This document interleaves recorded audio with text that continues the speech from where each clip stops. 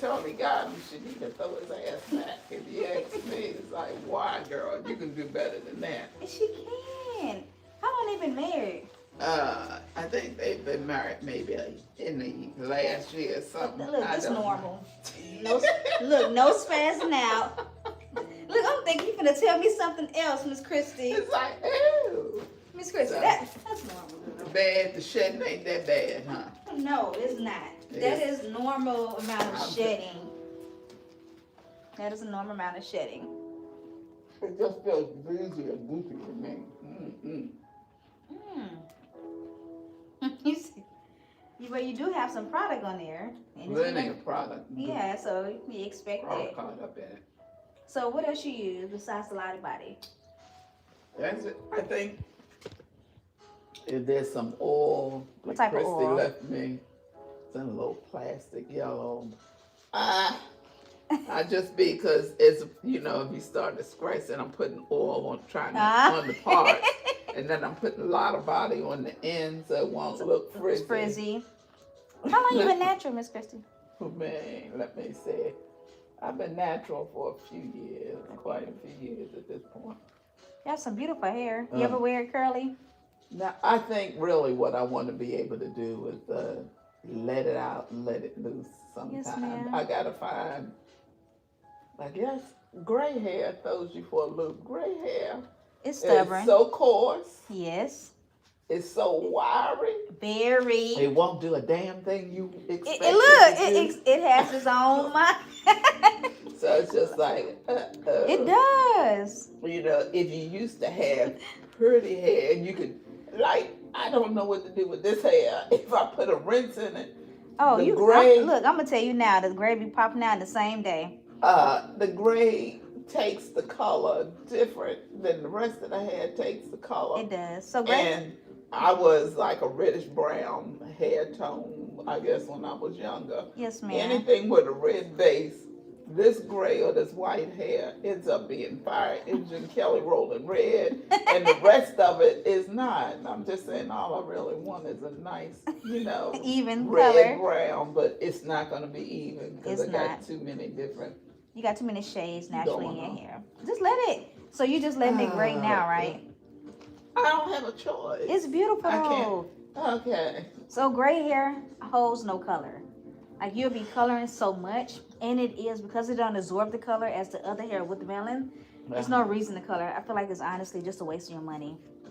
So let it. Christy told me, let it go. Let it go, baby. Look, let it go. You just need to let it go. Let it be what it be. You know, just let it go, because you're not gonna do right.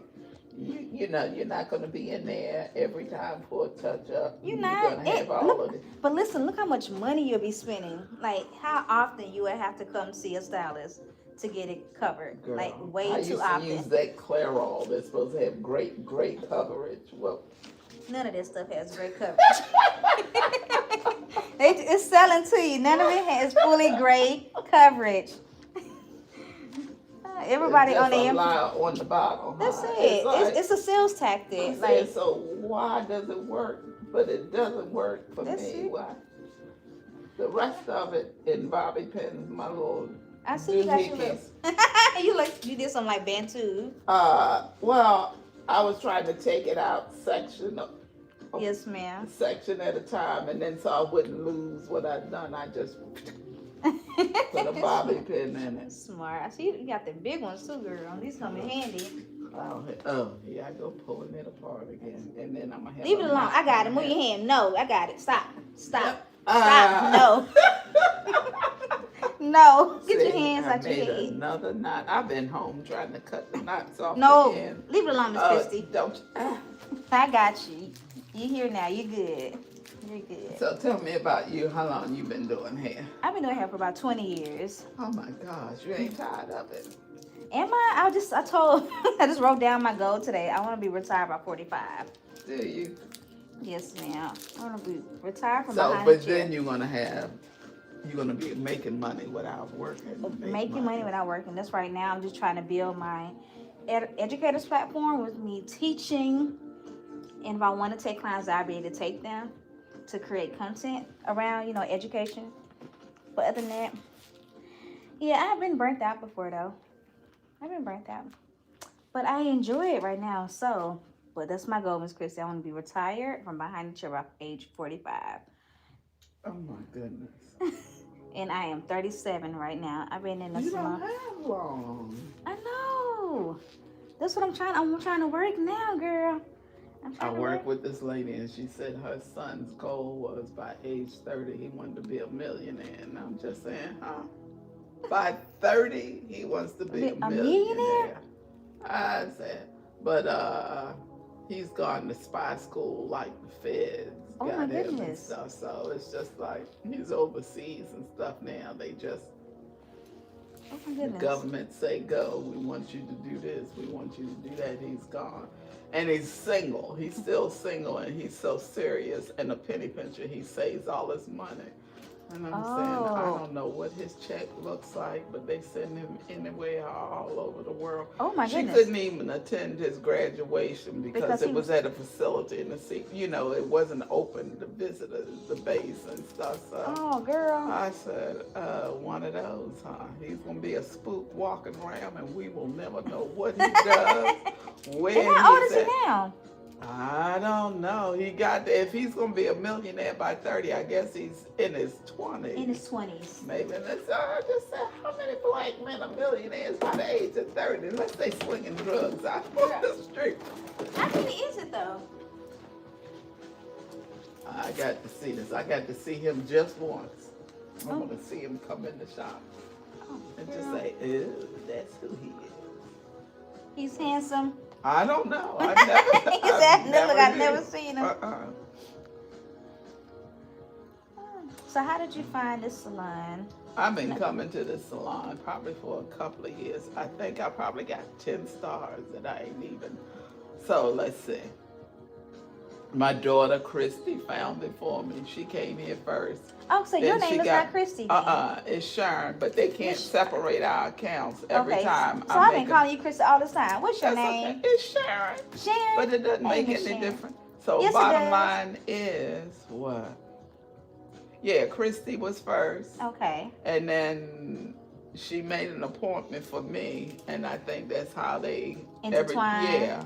Okay. And every time I tell them no, Christy's in Savannah, you know, trying to earn her master's. You Come need on, to call me. Christy. They keep every time I make an appointment. They call it's her. under Christy's name. They're sending her messages, and she calls me from school, Ma, you got an appointment at such and such. They're trying to confirm, and I'm saying, well, I done told this girl what my number is. I don't know how many times, but yeah. Some beautiful hair. Beautiful. But don't you feel the product that I'm talking about? I'm feeling the product. It's But like- again, you have had your twist up for a minute. So what you're doing, you're saturating your hair with more product over time. You're just layering it. So it's going to cause buildup. So that what you're feeling is buildup. Okay, because to me, Chrissy said, well, what you're doing is you're sealing it. It's not going to take in anything. It's just... It's piling up on each Yeah. other, causing it to feel sticky and gooey. That's it. It's at this point. Come it's like, I Come don't on, know, it's girl. like, my father said, why don't you just cut it off? No, ma'am. Hey, guys. How are you doing today? Don't you cut no hair off. We don't cut hair unless it needs to be cut, okay? Oh no. I got so pissed. Where? I went to some beauty. Oh, it was on Highway 51. It was this little house in Ridgeland that was blue. That the girl that rented, she did hair. Okay. The name of the shop was Lavish. Lavish. Cute name. I went in there and she says, oh no, it feels bad, the ends are raggedy. I just told her to trim the ends. Girl, she cut it off and it was all, I did not know my hair had gotten that long because I probably hadn't pressed it since Lord Oh my knows goodness. Stand up for me. I gotta push your chair back, girl. Miss Sharon, you look good to be 70. when. You have a nice shape. Tell it. Girl, you have a nice body. Let me just say it. It's like, Your tell body is that kid banging, Miss man, Sharon. it's like, no. Somebody said, well, aren't you going out on a date? I said, hell to the no. When I got rid of what I got rid of and got a divorce, I don't want that anymore. They said, you can go out on the You, date. girl, I you said, look "Well," good. I said, whatever you say. My kids wouldn't know what to do. They'd look at me and just shake their head and say, Ma, please Miss stop. Sharon, when I say you look good, girl, you look good. Uh, Amazing. yeah, if I was born in 19, I tell the kids, I say, think of Emmett Till. The year he got killed was the year I was born. And so it's just like, Ma, Oh my you goodness. tell them, I said, you may as well tell your age. There ain't no sense in hiding it. I don't know Well, what you look Donald good. I Trump would have is never gonna expected do. you to be 70 though. Your skin is beautiful. Girl. I'm thinking, because my parents are old. I hit 70 November. That's my birth month. It's a couple of days away. So that's 70 for me. So my parents are in their 90s. Oh my goodness. And they live in, of course, on fixed income, whatever comes. Donald Trump just needs to stop. I think he's going to make it so all of, you're going to be multi-generational households after a while. He's hurting people so bad. When you can't eat and you don't have medical care, you kind of may need to get all in one house together to help take care of And one another. help each other out. Yeah, and it's like, all right, Donald, I don't know when you're going to stop. And the answer to that is he's not. He's not. We just gotta. I don't understand. It seems like the good always die young. Martin Luther King, everybody, Malcolm, and then you got people like Donald, who will probably live to be crusty and old in his bed, and he's a horrible person. You can't let it. You can't let it fool you, girl. I feel like God has it to where He allow people to be in certain positions for a purpose. Is there somebody out there? No. Oh, Maybe. somebody at the door or something. Let me see Okay. here. Somebody near the glass. Oh, I that's. would like a soft music going. Ooh. You can't just. Gotta take care of it in his time. I know, but. I know it's aggravating. Oh my gosh. I don't know how black kids are gonna go to school with no DEI, no this, drying up financial aid. Everything's reverse racism or It's a lot. Ooh, girl, I know you got a lot of build up on this scalp. This not even lathering, Miss Sharon. Look, I'm over here, y'all. I'm over here like trying to lather. The shampoo's not even doing nothing. yeah. So, Miss Sharon, It's like goop. it is. Miss Sharon, I do videos. Oh no. I do, girl. I do. It's like, So, how long you been growing this hair? girl, I told you it got cut. It's been cut by so many different people, and then it seems like it still needs to be trimmed. I don't know. First of all, I'm reptilian. I'm kind of dry skinned. See, I feel you so light. it's like I am dry skinned and I'm cold blooded, like a snake. I am scaly. My head is dry. My skin is dry. So what do you do with that for it? Nothing. I think what I'm doing is really not helping, like the build up, like on my head. I'm gonna have to get to the point that maybe I shouldn't even leave twists up and in for a month. Maybe I should do them every couple. I don't know. You want to I think for you every 2 weeks would be perfect.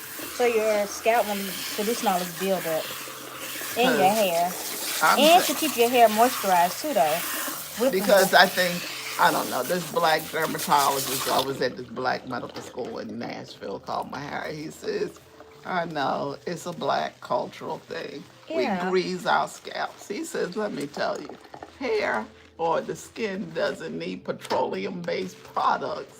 This grease and ultra sheen y'all putting on your scalp, he says, that's not going to solve the problem of any of these issues, these flakes. This is just what we do.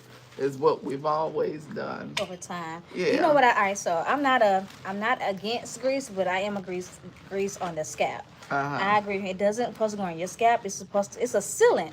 So what you're using it as is like once you add your leave-ins and your cream, and your hair is still wet, you'll use the grease to seal in the product that you added towards the mid-strand and ends. Yeah, that's true. So not for your scalp, but because I love a good, petroleum for just as the sealant part. Yeah. With a good regimen, though, with a really good regimen. Because I haven't even, because I'm here. Everybody is going crazy over Olaplex. And I had to figure out, like, hey, it costs so much. It's in Sephora. It's for professionals. It looks like one side is for professionals and the other side is for lay, and you need to know It's which chemistry. product. I'm an Olaplex. I'm certified in Olaplex, so I don't Right. advise nobody to buy it if you're not a professional. Oh, okay, because I think I got 5. I got the shampoo. You got 4 and 5 shampoo and Yeah, conditioner. is it 3, 4, and 5? I got the shampoo, the conditioner, and the leave-in. Okay. Those are the 3 that I got. So you. And I'm saying, I guess it's still sitting in the box. When I start doing something about hair care and stuff. So then Olaplex leave-in. I like the Olaplex leave-in, but so Olaplex is bodybuilding treatments. So if you're trying to body build or use it, they're mostly bodybuilding products. So if you don't have nothing to build, no reason for you to use it. Like the number 4 is a really good clarifying, in my opinion, because it's a strengthener. It repairs if the hair is damaged. Your hair is not damaged, so you don't need to be using it.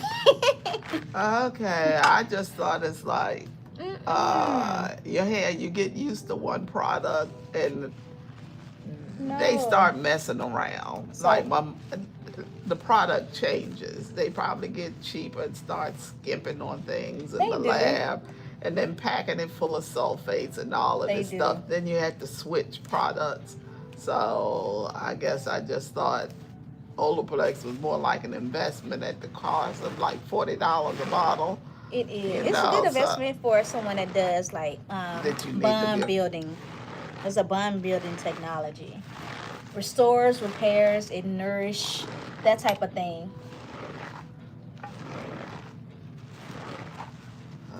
Okay, so I got a box of I got Carl's daughter, Brigio. You name the product. You got it, It's just girl. like it's all sitting on the floor in front of the shower. It's like, what should I play with next? That's if I actually did hair. I hardly ever wash it, and this helps me to no maintenance. Okay. Because the twist, you just put them in, and they don't come out till you go back and get you them go back done and get 'em. again. So I don't know, because my daughter's getting them, and she says, "Ma, I think you're lazy. You're taking it for granted. You're acting like you're not going to do any damage by just wearing twists." But In my opinion, two-strand twist is the low maintenance protective style that you can really wear. The reason why your hair is beautiful the way it is because you do low maintenance styles with your real hair. Think about it. If you're low maintenance, you come in, you get your treatments. You come in, you get your trims. You keep it in a low maintenance hairstyle, low manipulation, and you'll grease it, you'll oil it, you'll mix it with leave-in, spray it with some water, and go. It reminds me of like maturing with locks. The reason why locks grow so fast is because you're not touching it, right? yeah, but with locks, it's like a one-way trip. Most people can't take out the locks. True. It used to be you had to cut them off, and stuff. So I guess I do twist because locks seems like it's an in but not an out. You can't what you're just saying. change when you got locks. But I guess people can take out locks now. They can. They unravel them. Take some time, though, girl. Take some time. So we clarified 2 times to remove that builder. Now I'm about to stimulate, okay? Tea tree. Okay. So if there's any more buildup, we'll get rid of it for you. And I see that you got a protein treatment. You don't need a protein. You just had one last month. Gia used to do me, and I would get one every time I came in. Okay. And somebody told me, this, you don't need a protein treatment Like every that. month, You every time don't. you come in. That's too They much. said it could be damaging to your hair. It can. So if it's like if you have a protein overload, your hair it be way too soft. Your buns will start breaking. But what you do need is a hydration treatment. Okay. But So no protein. one of them is both of them. So when you do the protein, you get a hydration treatment with it. Okay. I just need for somebody to keep me straight. I got Because you. at this point, You tired? there's so much signs and stuff, or they need to either know your hair. It's just like, nah, I'm looking at them. These ends we got to get to next time. Or no, we don't need a protein. See there, just like I told you, was I like, no, you don't need a protein. You just had one last month. You can go into a protein overload. And if you're worried about the shedding now, if it's too much protein, your hair is gonna shed more because it's gonna be way too soft. Ugh. But since you're coming in once a month, you can always do a hydration, okay? Because you are doing a low manipulation hairstyle, your hair always need a little bit of extra hydration. And your gray, so like you said, your gray is more wiry. It does what it wants to do. It has no structure. So when you do a hydration treatment, what it does, it masses the porous hair. You know what I'm saying? It makes sure that the very dry and porous hair is hydrated in the areas that is not receiving the hydration in. Okay. I thought gray hair, even if you did a cross section of it, was different than non-gray hair, like porosity wise and everything else. Gray hair is just a whole different It's a whole different baby. It has its own mind. It's gonna do what it wants to do when it wants to do. It's no gray hair sit down. It's gray hair, I want to do what I want to do. But it's beautiful though, because it has its own mind. It's beautiful. I think I always thought it was so pretty, like when you go to church and you see an older black lady sitting in front of you with a long gray plait just down her back, because she didn't do all of that permanent relaxer with permanent hair color going bald. She was just washing it. Probably a kitchen beautician. That's it, roll a 7 and by 10. Yes, and then going ahead and just pulling it back. That's and, it. And stuff. And I just said that is so pretty. I think so too. I think that's because when you asked me what my goal was, it's like, all right, grow out this hair and let it be all gray and long. So when one of these crazy kids ever get married, it's like, oh. I get to put on a dress for I'm gonna put on a dress. It's like, oh no, I don't wear heels, but I'm putting on a pair of heels today. Oh, baby. Putting on a hat, wearing my back out, and they gonna say, oh, you were just showing your Come on, Miss Sharon. Come on, Miss Sharon. I would love to see that. With the hair flowing up under the hat, baby, like, the beautiful white. Just had the hair out, the hat on and stuff, and go ahead and just like, statement. Thank you, Jesus. I finally lived to see one of my kids get married, and then, like, I'm 70, and I don't have any grandkids. Ooh, you putting pressure on them, girl. You putting No, pressure. I'm not. Yes, you are.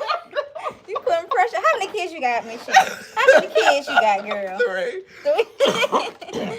No, but most women, black women, especially if you're a single mother, your grandkids so much younger than it used to be.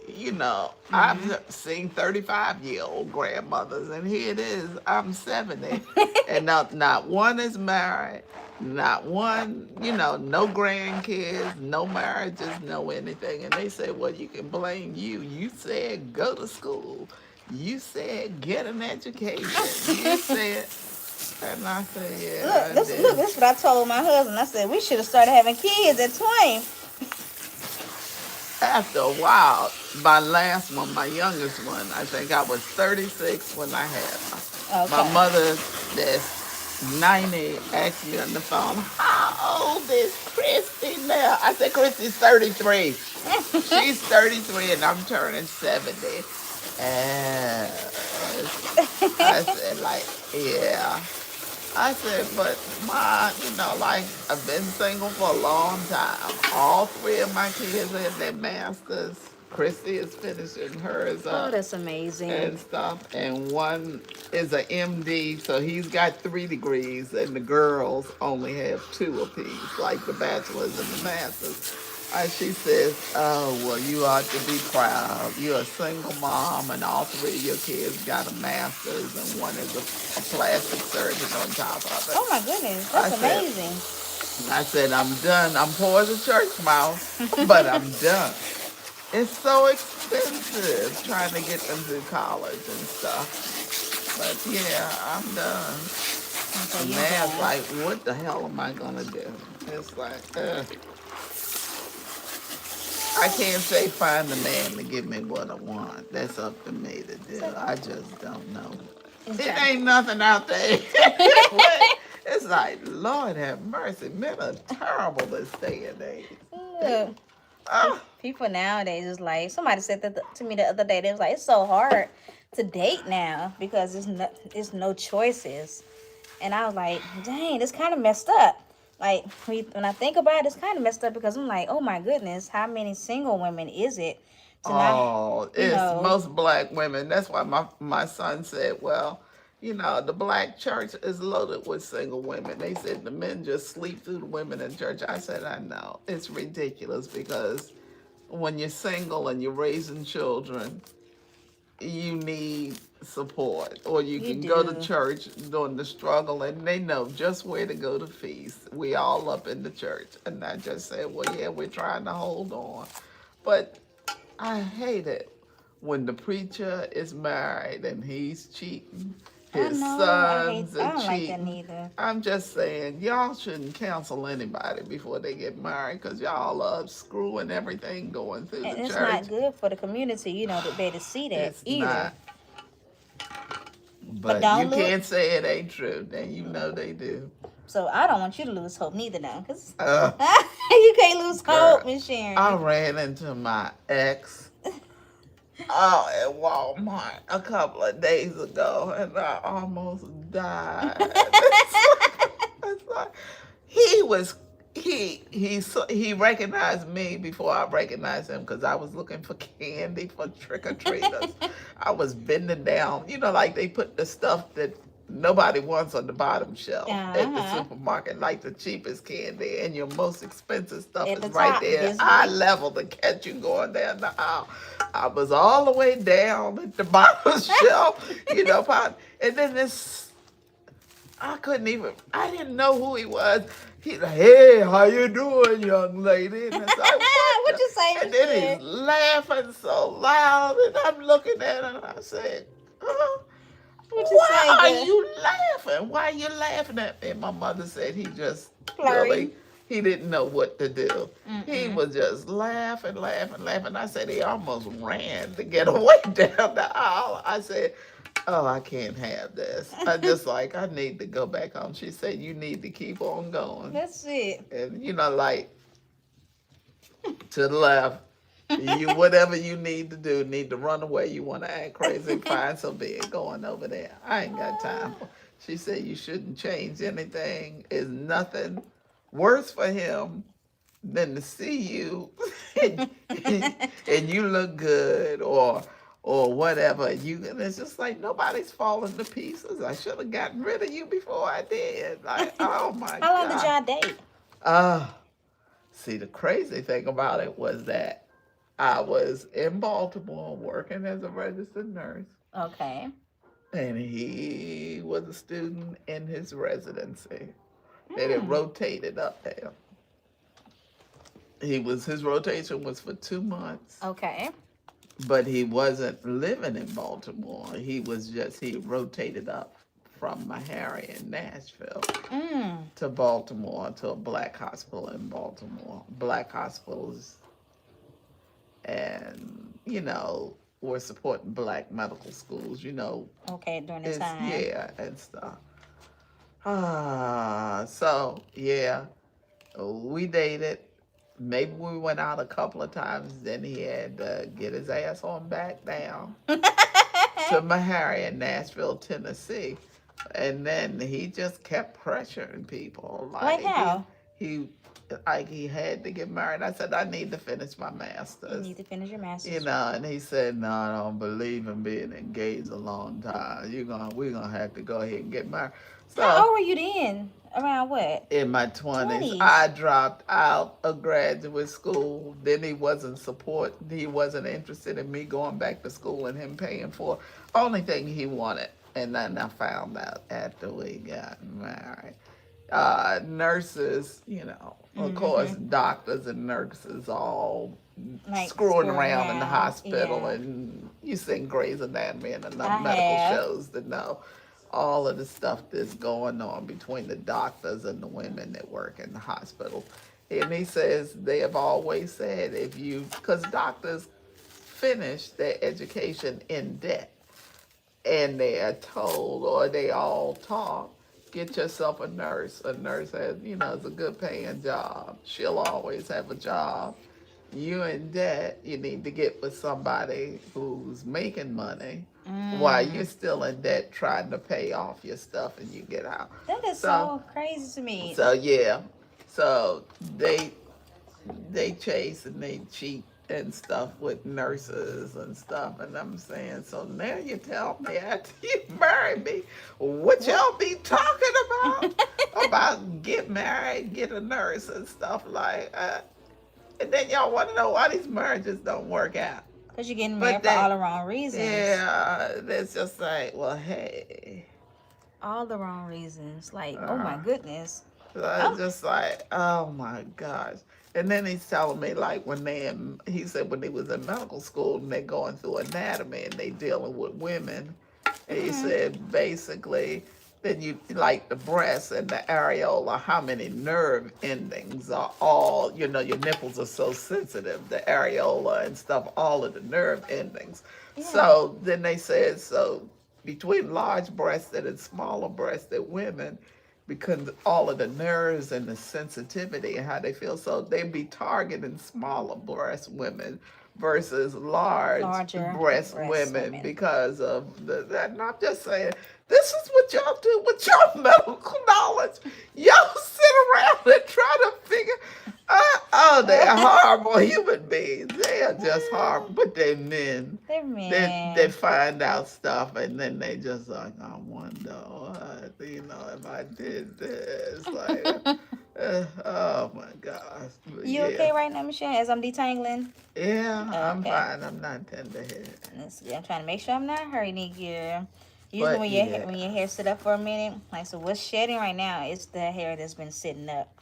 And I told you little over 100 strands a day, which you're naturally going to use if you're not manipulating your hair. But it's doing good. It's doing really good. But that is so crazy to me. Yeah, and then my son, who's a plastic surgeon, he shared with me, well, my mentors before I left my last residency advised and told me since I was in the divorce rate is high with doctors. He said, so when and if I do get married, there's a divorce. All of this was mine before I said I do. Oh, really? I said, that's what the advice. He said, yes, that's the kind of advice they're giving us. I said, God damn, between you and your dad, the stuff that they tell y'all. Oh my goodness, that is, wow. It's ridiculous. That, it's no wonder that there's so many divorces, they're horrible people. They're just horrible people. It's like, I said, son, you're single. You don't, and he said, no, get the biggest, baddest house I want. Like, hey, I'm not married. It'll be all mine. You get married, you bring her home. If you get divorced a few years down the road, that was mine. Before. Oh my goodness. Before I married her. She doesn't have to get the house and divorce. It's like, I just said. That is some kind of selfish. That's pathetic. The stuff that they're raising a generation and they're passing on knowledge, which helps them to be worse, really. It is not helping. The divorce rate is not helping anything. So this is But the majority of doctors? I think it's I think all you think of it's all them. of them? My son was born in the 80s, and his dad and I were born in the 50s. Okay. So it's come from his father. Now, if I have a grandson that ever goes to medical school, I have no idea what he probably won't sit around and tell me because grandma ain't going. I'll probably, don't you ever let me hear you say that. Don't you do that to my perspective. I know, Granddad, especially being a woman. Like, no, you don't. you don't want to hear that stuff. You But don't. I think they teach them, I'm not going to say how to be dogs and get away with it, but. It's like really bad, unhealthy advice. It just seems like it is to me. It's like, really, this is the kind of advice you get. And they're telling you when you come out. It's not healthy. That is so not healthy. It's sad. But don't say all men are like that. I'm not going to say all. I'm gonna but need for you to date, girl. Huh? Yes. I'm gonna need for you to get up, go on, get back out there. Let the hair flow. It's like, no, Yes. no. And if you go ahead and Somebody get back, says sooner or later you're going to have to get out there. you are. What you? Maybe by 80. Oh. By then, I know, like, hey, like, what's, because it's, okay, man, when you had these guys that do your lawn, man, it doesn't have anything to do with me, but I'm saying, y'all have got to be, well, like, hey. You're so right. Everybody does need somebody. This is yours. This house belongs to you. All that, so, hey, like, he wants to move in and he wants to start a relationship, move in, and then he's going to tell me the perk is my lawn will look great. He'll do it. And I'm thinking to myself, you thinking my ass is worth more than $50 a hit to do the yard. You are out of your damn mind to think that I would consider letting you move into my house and sleep. What's mine is mine. What's yours is yours. No. We ain't married. Oh, you ain't married, yes. No. Yeah, if you're not married, yes. This is mine. And you can't move in and me keep you and you be up under my roof, but you'll do my grass. What kind of trade-off is that? That's not a trade-off. I think that's terrible. That is just terrible. And I'm just saying, y'all say anything out of your mouths, I feel like somebody needs to put y'all out Not there all. on the firing line. Look, listen, it's not all. It's just the ones you came in contact with, girl. That's it. You just gotta wait on God to bless you with that right one. But you can't be sitting in the house, girl, talking and like, I don't want nobody. You gotta go and get out there. You look good. You're beautiful, personality.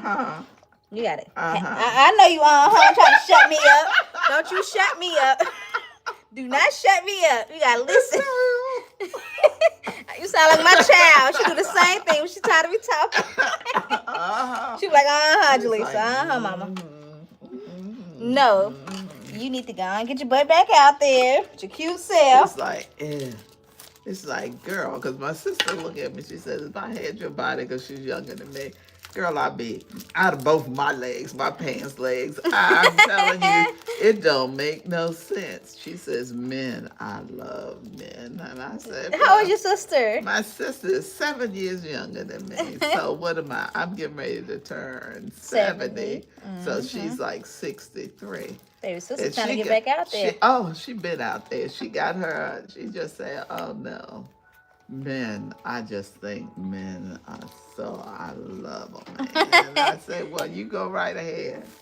But see, hers died, So she's got good memories, I guess he died when he had a bad asthma attack when he was doing the lawn, and he just didn't make it. Yeah. Oh, girl. And they had a son and everything else. That's not what mine was out there cheating and doing other things. Now I understand why you feel the way you feel. It's like, little turd. I ain't doing this again. Yes, you are. Not With the after. right one. Uh-huh. You me one more time. With the right one. It's like, Why do it So- feel like I know you? Like, Huh? I know this is our first appointment together, Yeah. but why does it feel like I know you already? Girl, I don't know. Okay. April Porter, you do her hair? Yes. Okay. I was coming here first, and then April was looking at my hair. And then next thing I knew, April was coming. So it's gone from Christy to me to April, but that's how the shop I do grows. April hair. Yeah, I know. Oh, Because duh. she told me, well, Jaleesa does my hair. Because she's like, she's a contractor with the Army Corps of Engineers. Okay. She used to work from home and she lives in Woodley. But now she has, Donald Trump and everybody, like, you got to get your butt up and get back to the work. building. Yeah. This stuff of you getting paid while you sitting at home in your pajamas. So she now travels all the way to Vicksburg because it's the Army Corps of Engineers it's in that tries Vicksburg. to keep that city from flooding, control the Mississippi River, the bridges, and the blah, blah, blah, blah, blah, blah. So she goes to Vicksburg every day. Work. I say, girl. I told her the same thing. Like, girl, that's a drive. She drives there and she's back. So, she's not going to be here Come during on, the put day. your butt in the steamer.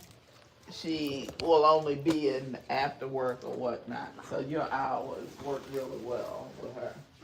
I love But it. yeah. So That's you perfect, may though. haven't seen me before, but I know Ah. you've seen me. I haven't seen you before, I'm like, oh my goodness. but you're cute. And I like you. I like her. I like you. It takes me a few times to get used to, new clients. But I feel like I knew you I already. think I talk too much. No, you don't. I think I talk too much. What are all of those black bottles up there? So that's like the shampoo and the conditioner. Like, Oh. so this is the clarifying right here. Uh-huh. This is the stimulating, the moisturizing conditioner, and the regular conditioner. Girl. Oh, you got it on both ends. It's on both ends. So even the time stylists have to, shampoo hair, they can reach and go from either side. Either side. So why are you wearing a hat if you're a hairdresser? I don't wear a hat. I Okay. don't. I just put on one today because I just bought it and I thought it was cute. Oh, okay. Because I'm getting ready to say, come on now. Man, you Look, can't be cheating Look, like that. ask April. I wear my hair in the afro. I think a fro is pretty. It's all laid out of my head. Yeah, but you had your hair up for a long period of time, Miss Shannon. This is expected. That's expected. Okay. But I just shampooed my hair Because today. that's what I came in here with said night. I know. And I'm thinking it's something crazy. You gonna say, girl, I had my hair up since September. I'm like, what? What? It's like, oh my goodness.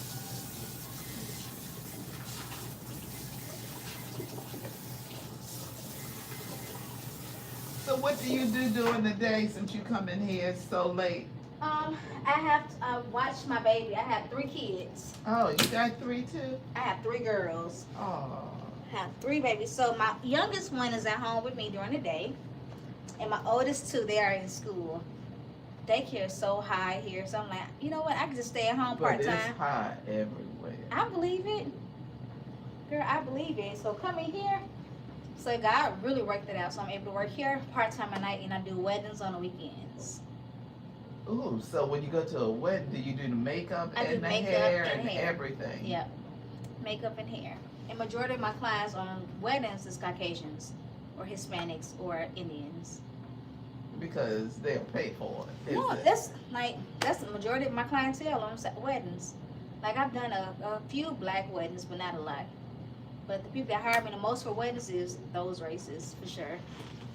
I Girl, enjoy I don't them. care. Money is green. Money is green, It's girl. like, I don't care And I'm what able to color you service. is. Look, I know, and that's why I tell people like it don't matter what color you are, money is green, and you want just make sure you get the right people that respect you. Yeah. But girl, that's about it.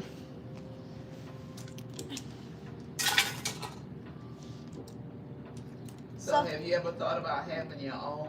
I did back in my hometown. Okay. I just closed it down. Have your own shop so y'all can do pedicures, manicures, hair, and everything all out. So I did have my own before I moved here. We just bought a house a year and a half ago, almost 2 years ago, and we moved. So God told me to close down my space because He needed me to do something more. Which now I'm doing more of education than behind the chair. It was great having my salon because I had it for some years, but I didn't realize like I needed a break from the business side of it. I can't go back full time.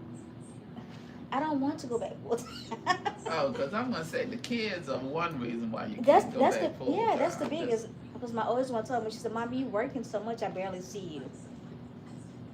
Then that's not good, especially if you got girls. Yep, I got all girls. And then I had my middle child, she was at the salon with me. It was just so much. Like my children, my oldest two have been in the salon with me since they was born. And it's a lot of my children, you know. So I was like, okay, God, I got to pull it back some.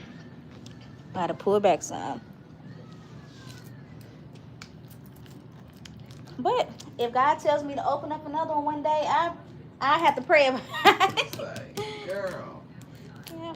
I can't imagine. You would think that if you're in business, you have to be insured. Yeah. But it seems like insurance to cover shops, break-ins, all Everything. kinds of It's a lot. foolishness. People who want to sue you are gonna blame you for something you didn't It's a do. lot. I'm not responsible for you not having your hair. I told you, I Yep, so- ill-advised that you did not. You got to need make, this. anytime you have a business, you have to make sure all that's covered. Literally. But that sends the price up so It bad does. between all of the overhead that you It's a have lot. to pay for the shop. It's a lot. If I tell you how much I was paying for my building, you'd be like, what? But yes, it's a lot, girl. I'm going to dry these off, Miss Sharon. I'm going to come back. Okay, I'm I'm dry. sorry. No, you're fine, girl. You're fine. Hey, girlfriends. How are y'all doing today? How are you doing today? Let's see. Hello. Somebody said that's a rat snitch. You so mean. Who was that? Barry. How long does hair needs to be washed? Not trying to be mean. So if they come in with a style that's been in their hair for a long period of time, what I call a long period of time, for about 4 weeks, the hair is going to be matted in certain areas, so it needs to be cleansed thoroughly. You just can't run the shampoo on there twice and be done with it. If I feel like the hair is not cleansed, I'm gonna shampoo the hair until I feel like all that buildup is lifted off the hair, but also their scalp. So to answer your question, love, until it gets clean, that's how long it takes. For sure. So where are you guys from today? Where you live from today? I'm trying to clean up just a little bit. Y'all, I'm reorganizing my station and cleaning up some areas. Put some more barbicide. This is disinfectant. You need disinfectant. If your stylist is not disinfecting their tools, you need to find you somebody that disinfects and cleanses. Because you cannot have nobody using the same combs and brushes on your hair or your scalp, because you don't know what they're transferring over to you. And it's so nasty when I see stylists using the same tools. I'm like, y'all, it ain't that serious. It's never that serious. Kenya, Trinidad. Hey, what y'all doing today? How y'all day been going so far? Today is Monday, and it's beautiful here in Mississippi. This is a beautiful Monday to be doing some hair, y'all. So how did you guys find this live today? Show me more of y'all's. What y'all talking about?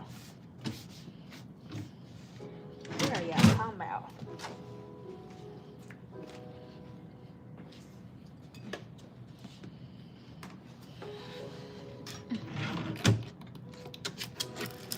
So I got this drawer cleaned out, sanitized. I'm I'm about to set in.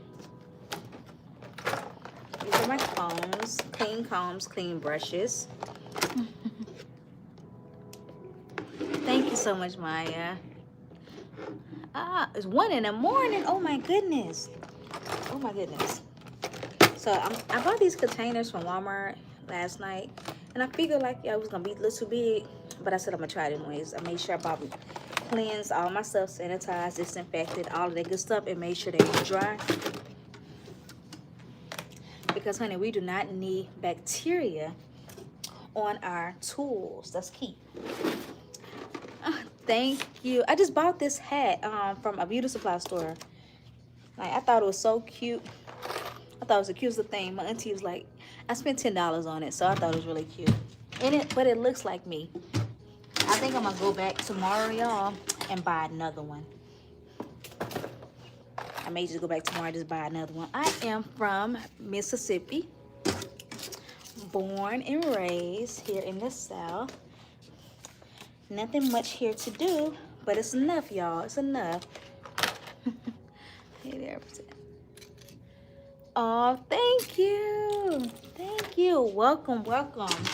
Welcome, my new curl friend. My favorite phrase, y'all, is hey, curl friends. So, hey, curl friends. So, do y'all post on this platform, or you just kind of just stroll through?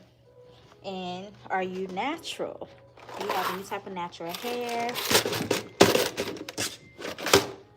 Let me throw this away.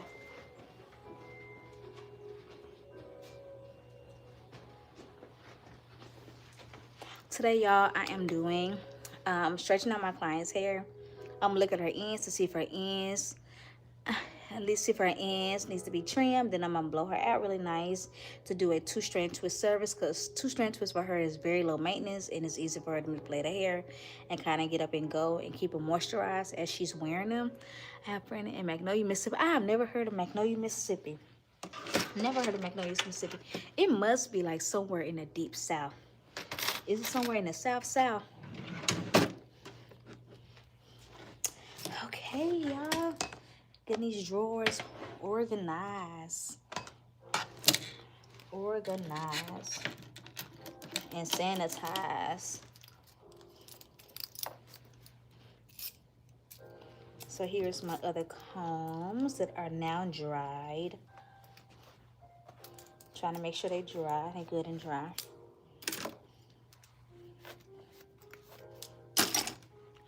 Close to my comb. Oh, okay. I know exactly where my comb is at. I know exactly. I drove through my comb, but I really never visited my comb. I need to visit more around the Mississippi areas. It's natural, but it looks more of dreadlocks. Ooh, I love locks. I do have a few lock clients. I absolutely love the way locks look. Yeah, I'm supposed to have a lock client tomorrow, I think. I'm pretty sure I do on my schedule. So y'all will see me doing a retwist on that client tomorrow. How y'all day been going so far? Like, how was the weekend? What y'all been up to today though? Because I feel like that weekend just flew by crazy. Okay, y'all. For the ones that I use on my lives, this is the Unbrush Flex. This brush is really good for wash and goes. The reason why, because if you have like a coily or curly texture hair, this brush bends with the hair. Like, it bends so freaking good. This is the Unbrush Flex. Really good. Really good. And this is an off-brand Flex. It does the exact same thing. This brand is called Precision Beauty. And if y'all have a TJ Maxx in your area, Precision Beauty brushes are top tier if you're not trying to spend a whole lot of money for your natural curly hair. It's amazing. And these are some knockoff unbrushes. I like to have multiple brushes. You never know when something falls. You don't want to pick it back up and put it in the client's head. It's another one, knockoff. And it's a good wet brush. This brush is by Pattern Beauty. It's another good one. Another good wash and go tool to have is the 3 comb. All this is like a 3 system comb. You comb the product in, and twirl it up like that. This is a need if you do a lot of wash and goes. I absolutely love this comb. You can find them on Amazon. It's like 3 combs in one.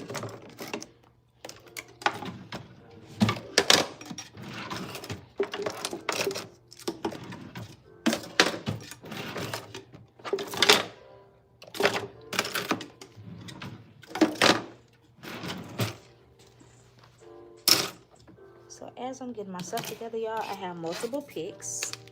Hi. Picks are a need for when I'm fluffing out my client's roots, and a boar brush. Like one of them old school brushes the barbers used to use back in the day. So good.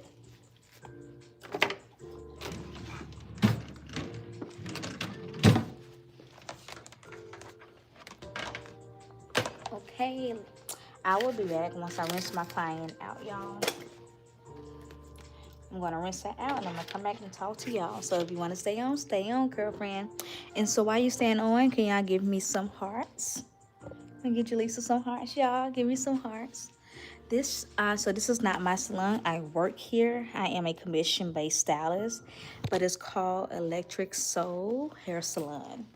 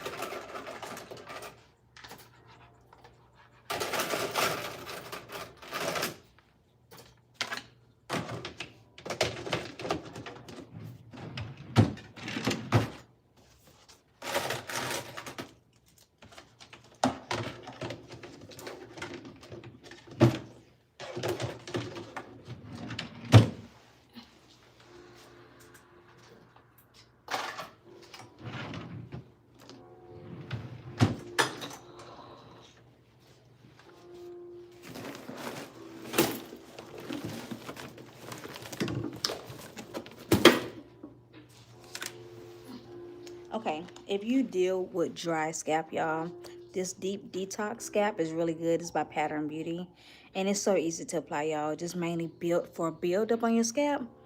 It may cost a little bit, but it's so worth it if you try to break down that buildup that's on your scalp. It really detox like all those dead skins that linger that you may not get when you shampoo, but it's absolutely amazing, and I love being able to use this, especially like in between those times when my clients can't really detox their scalp. Like I'll use this as a pre-detoxer. So if you need a pre-detoxer to remove some of that build up and restore that scalp during and after your braids, honey, this right here. And if you wear weaves, this right here, this is a must.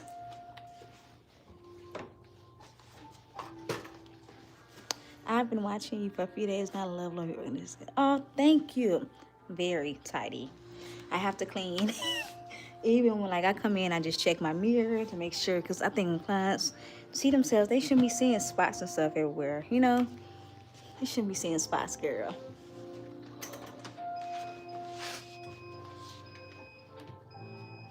Okay, I will be back, y'all.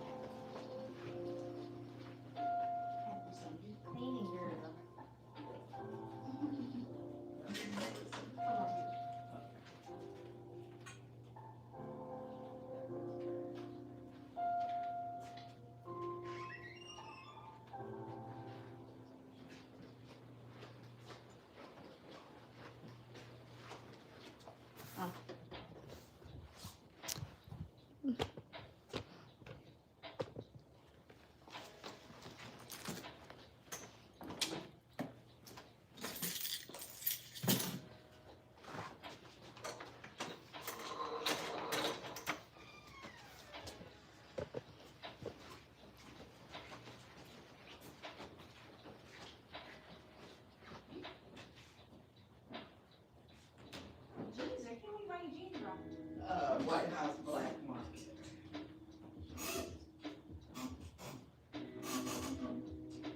Cool, okay? Okay.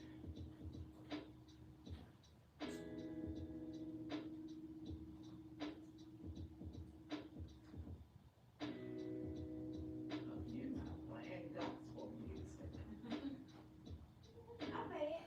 Liberty Mutual, you can customize and save. Like my name is no music. No talking. No music at all.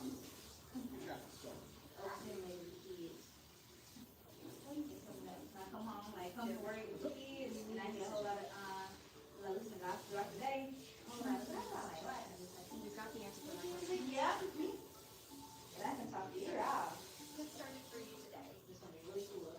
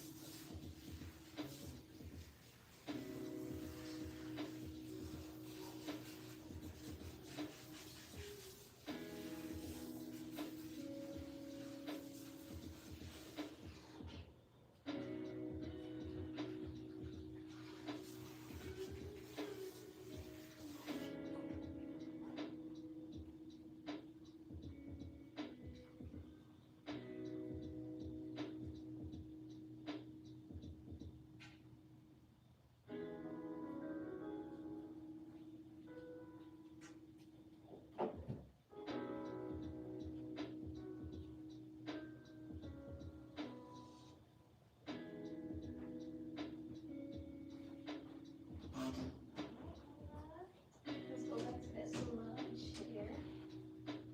Uh-oh, look, running. Look, running over, girl, running.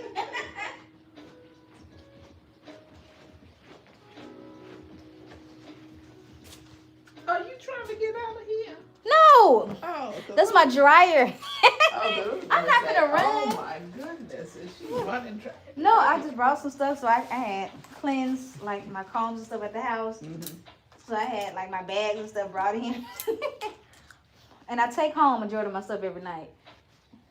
At least you know your stuff leaves with you. Yeah. I don't know. I think if I was a professional, these tools cost an arm and a leg.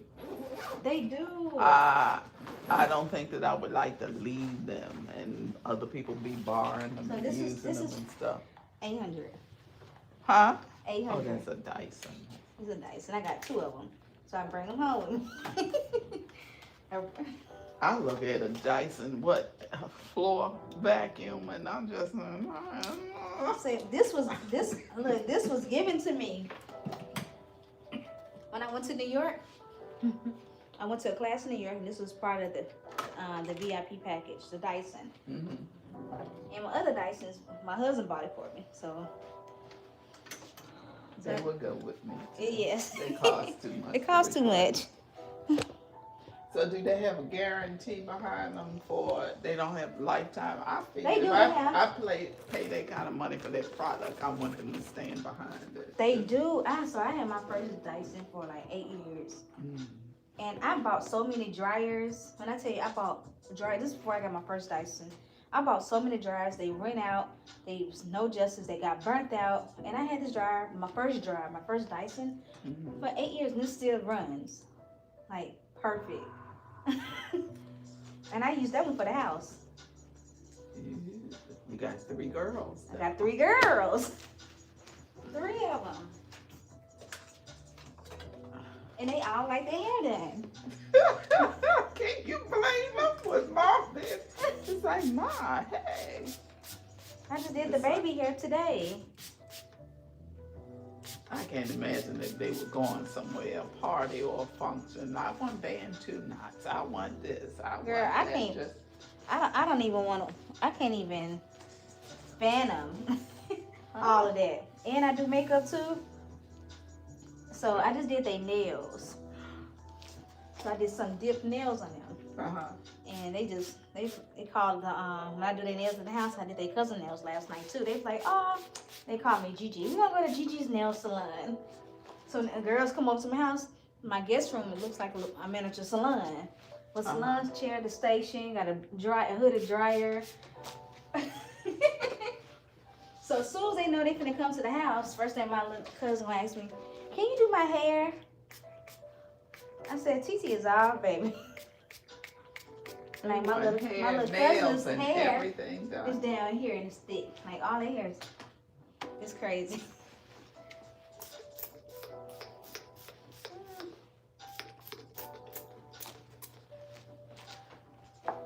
What'd you say, Christian? Huh? You just say everything, huh? I was just like, oh, they gonna want nails done, hair done, everything Yeah. done. Just like, we going to GG's for the weekend. We sleeping over. I'm spoiling them, girl. Yeah. Yep. When we leave, Yeah. then they're gonna want to take pictures, nails, and everything. We're gonna be up. My cousin already told me. She said, "Baby, you got." Especially my first one. They was like, "Ooh, she's so spoiled," because she would not. It's so funny. Her daddy had her one weekend, and I didn't get a chance to comb my hair. So daddy had to learn how to do hair. But this at the time he didn't know how to do hair, and so she told him, "Mommy does not let me leave out the house with my hair looking like this." She pointed. He was like, "Baby boy, I can't do nothing with it." She said, "Don't worry about that. I just have to figure it out." And she would not leave the house. So my other cousin, they had like a little birthday party. And so they invited my oldest one, my oldest one. She said, winter is so bougie. She said, Winter told me I didn't do her nails correctly. That I had polish all on the side of her hands. And so she kept trying to correct me. She said, but you were doing it so nice. She's like, can you just get this corner? Because you missed like this section.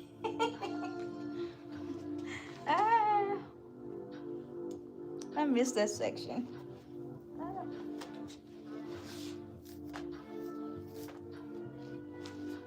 So yeah.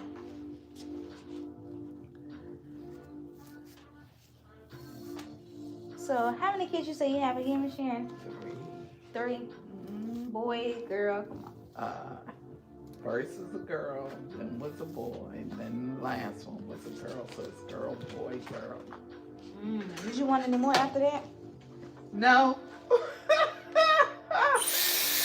marriage was so bad.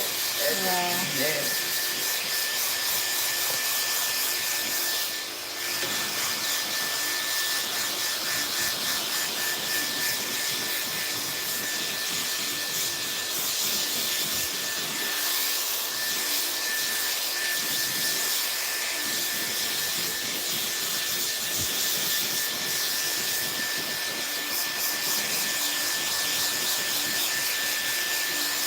Look, with my mom, I'm her firstborn. She had her kids, girl, boy, girl. So she's a registered nurse. I'm a registered nurse. She had 3 kids. I had 3 kids. She went girl, boy, girl. I went girl, boy, girl. What? It's like, what the world?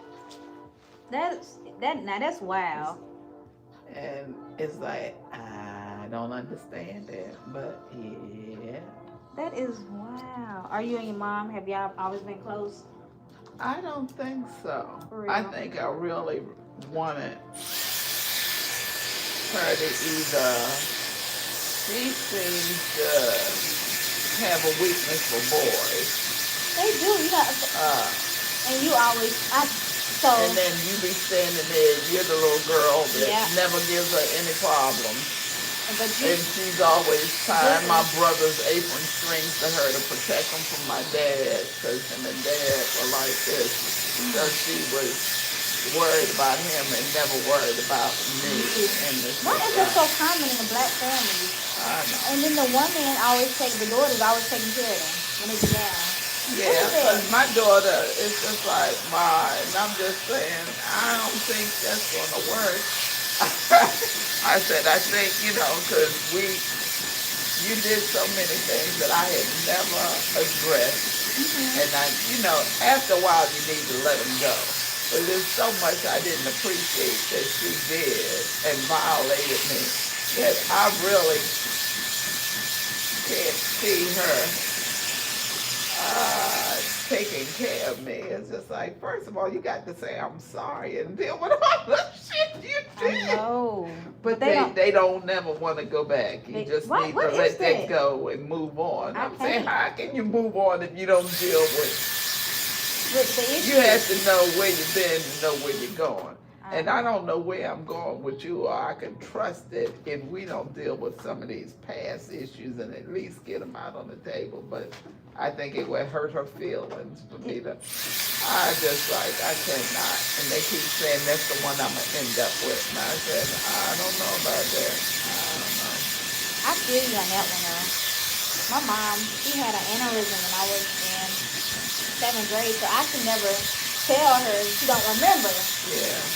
But I could have, that's one of my prayers, I was like, Lord, to be able to communicate the things that I went through to her, I would never get that part of it.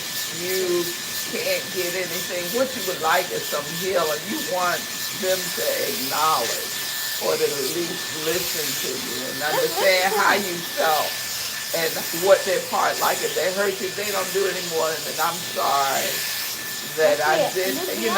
That's all you need. That's it. But you can't never even get that far, and it's hard to move on. That is rough. So, I don't know. I didn't realize I was angry with my mom until I reached like the age 30. I was like, oh my goodness. Okay, I have some little resentment. I was like, Lord, what is this? But it was unhealed trauma. Not realize, I had to think about it like this too, though, Miss Sharon. Like, my mom chose something that she was accustomed to when she was an alcoholic. She didn't get healed from her trauma that she dealt with growing up, Yeah. So, unhealed trauma wasn't able to raise another human being.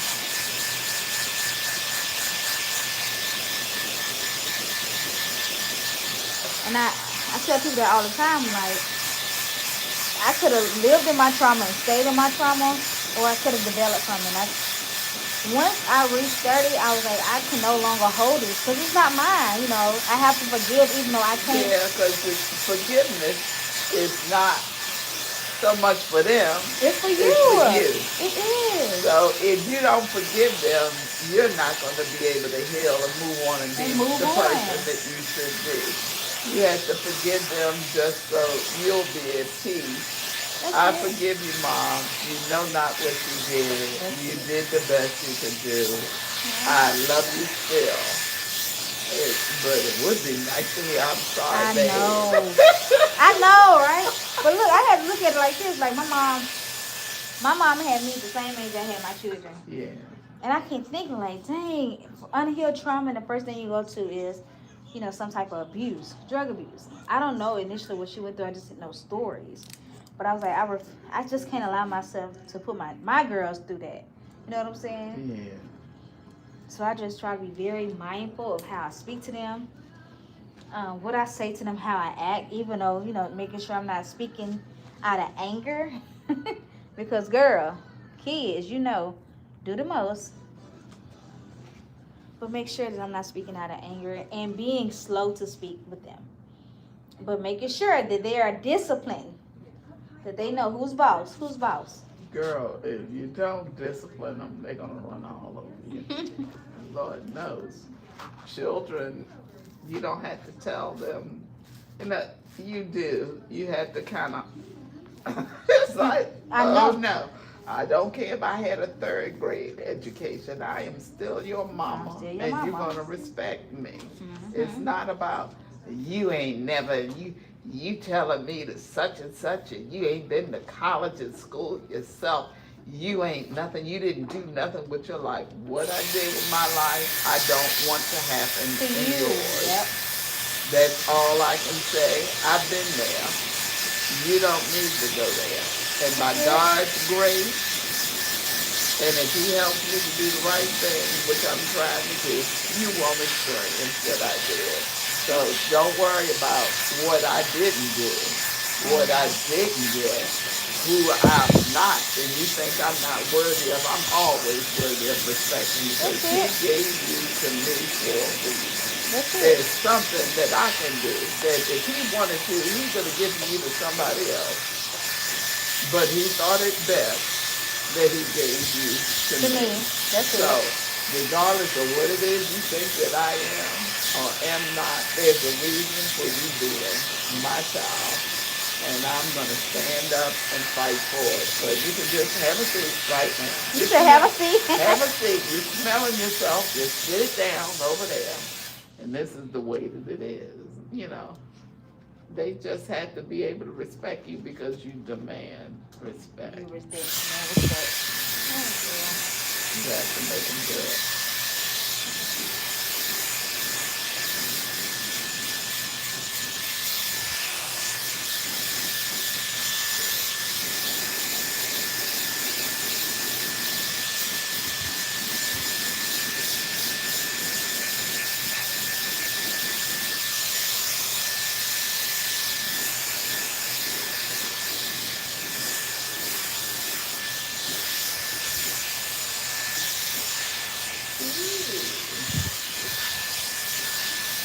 So the one that has hair, is it your niece or whatnot that has hair down her Yeah. back that's really thick? Yes, ma'am. She doesn't want to cut her hair Mm-hmm. because they usually like to do something. Drastic. Yeah, that you tell them when you talk about how pretty it is and a woman's hair is her glory.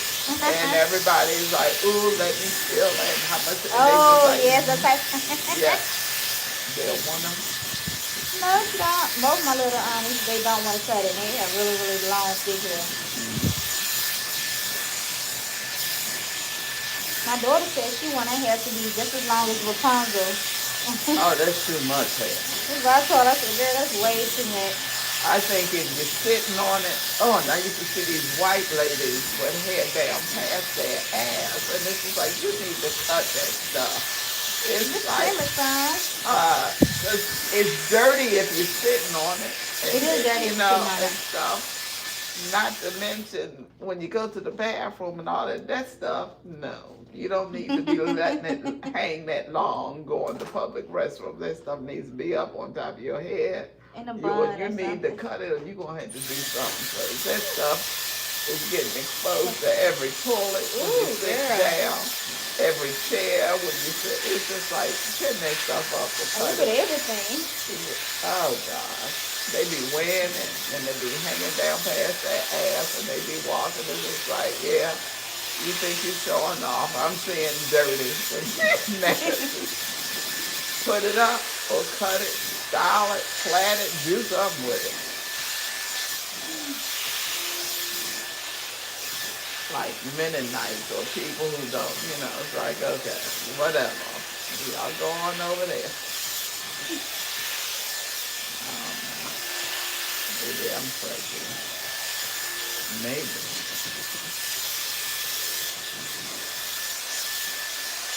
So where do you live? In Madison County up in Richmond. You like it?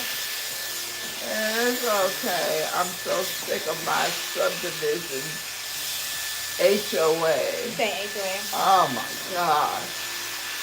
How long you been living there? Over 20 years. And I feel like I'm sick of y'all. What they doing? They talking too much? Okay. Nah, they will come past and they will sit in front of your house. They won't say hello. They just sit out and they spy and give you a citation because she sees my garbage can. It's about out this far from the hedges on the side of the house. Girl. So she can see my garbage can from the street and it's not supposed to be showing citation. Or I had these concrete urns, one sitting at each side over the, I got these double front doors. So I got these, and because the concrete urns don't have any plants in them, they give me a citation. No. And I said, they're concrete. They don't sustain or support plant life. You know, the plants I put in them will die. They will not live. So they told me I had to move them or put plants in them. I didn't do nothing but go to Sam's. What you do? What you do with the Sam's? I bought me these faux boxwood shrubs and dropped one in each herb. And I No, just you said, did not. yes, I did. Now, y'all wanted plants in them. You didn't say they had to be living plants. I've done the plants. You know, they just get on your nerves. They just find Because a they reason. have no life, girl. They retired.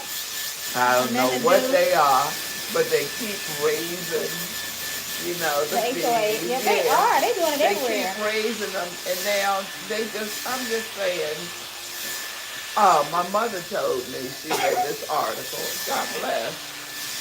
She read this article with this HOA, when one of the ladies that lived in the subdivision would leave her house. I don't know if she was working or not. Mhm. They have a key, and they would go in her house. No, they wouldn't. Yes, they would. No. They would be in her house, and she wasn't aware of it. No. Then come to find out, they decide the people who are on the board of the HOA, they have friends or whatnot in real estate.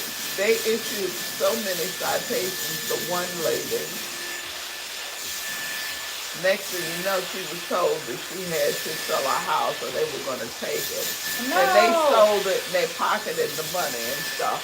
They doing all kinds of stuff. They act like they can just get away and do whatever they want. They just, I hate a HOA. And my son lives in Hines County, and he doesn't have a HOA. And I said, well, that's nice. You can do what you want to do. If you pay the bill, you ought to be able to do what you want to do with your house. Sure. I got so many restrictions, but they're so busy handling. And then the city gave me a citation because For they what? said I had a dead limb on my tree. So the city came around and gave me a citation. And I said, when does the city do the subdivisions work? It's getting to be ridiculous. So What? yes, they told me. So then I had to call a tree guy and have him come in. And How much was trim that? them. Oh, the tree guy charged me $3,000.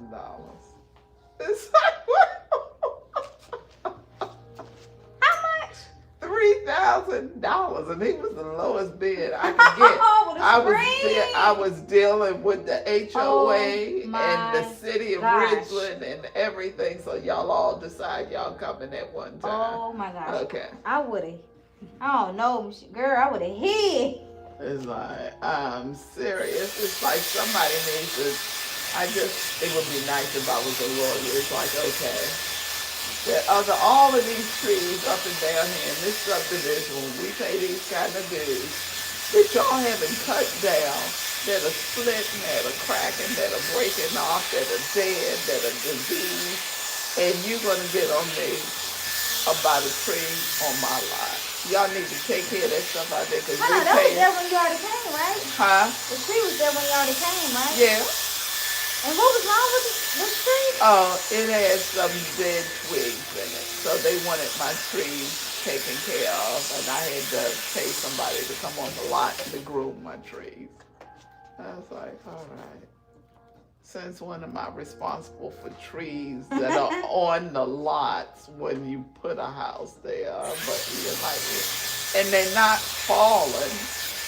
They're not endangering anybody. Oh my goodness, I would've screamed. I would've screamed. I'm just tired. That's why you look. That's why you said. And then if you have a bare spot, they come around the citation. I said, the trees have gotten so mature and so old. The tree roots versus the little teeny blades of grass. As the tree roots spread out, then the bare spots up under the trees start to grow. Oh my goodness. Because the grass can't win, or the lawn can't win against these big, massive oak trees. So then they give you a citation and they force you and tell you what they want you to plant on your lawn. No, they do not. And I got so mad with them. I said, so everybody had jasmine all around their trees in their bare spots. So that's what they tell you to put down. I refuse to put it down, and I put in azaleas. Girl. So I don't know. I'm just tired of messing with an HOA. I think when I move, I want a one-story house, my forever home, whatever it is, or wherever it is. Where would you like to move to? I want it to be a one-story. Oh, I kind of don't want. I don't want to live in a goldfish bowl. People walk past. You know, they pretend like they're your friends, but they're not. You want a community. I want them to get the fuck out of my face. I don't care if y'all play tennis. I don't care if y'all been to the Riviera. I don't care if you can, or whatever you do. Y'all got y'all women's club. Just leave me alone. I'm on my lot. I'm not bothering nobody. Yes, I'm barefooted, but I'm out here working in my yard, on my knees digging, and y'all need to keep on going. I don't bother you. You don't bother me. I paid a note here, and I should be able to live like I want to live. But it's just like, they're crazy. I cannot stay in that HOA. I ain't gonna lie to you. I can't stand an HOA either. I can't. Next, I'm not. You know, I thought the subdivision was nice when I moved in greater than 20 years ago. You think the subdivision is gonna maintain, you know, the covenants, people gonna keep it, bro. I didn't know it was gonna be this bad. You saying I ain't think it's gonna go through all of that, huh? Mm-hmm. Here you go. I think so the first company that I was happy with that would manage the HOA, they were embezzling all of the money that the homeowners were paying. They stuffed it in their pocket and they lived off of it using but you know, I didn't know. We didn't know what was going on. They used to give fantastic Let me show you your picnics every year. Yeah. That's why you're saying they need to be cut, huh? Yes, ma'am. So you would tell me if you want to trim or not. It's stuff. Or you want to wait till your next appointment. Oh, I'll wait till the next one. Wait till the next one. Hey, girl, at least I know we'll be in full when we get started. Okay, so next time you don't got no say. You're gonna get a little trim. It's not that bad, but you just need to trim for the Because next one. do you trim every 3 months or every? Every 3. Well, it depends on how fast your hair grows. And I don't go by time, I go by how it looks. Oh, okay. Like, I noticed you look poopy on your ends when I started unraveling. You said it felt rough, and I was like, maybe it's just dry. Because it's like I'm breaking off all of I'm having so to take that's scissors. Your ends. Your ends just telling you, like, it's time. It's time to go It's time. ahead. But no pressure. But then if we did the ends today and you're doing twists, the twists aren't going to stay closed at the end if we give them all fresh cuts. Yeah. They'll stay closed. Or do you want, they will stay closed because you just getting your ends trimmed. You're not getting blunt cut. You just be getting your ends trimmed. Well, if you want to trim it, you can trim it. I have no idea. But I'm going to show you what I'm trimming so you can see. I'm very visual, girl. So you like, Jalason and cut off all my hair. But I'm going to show you, okay?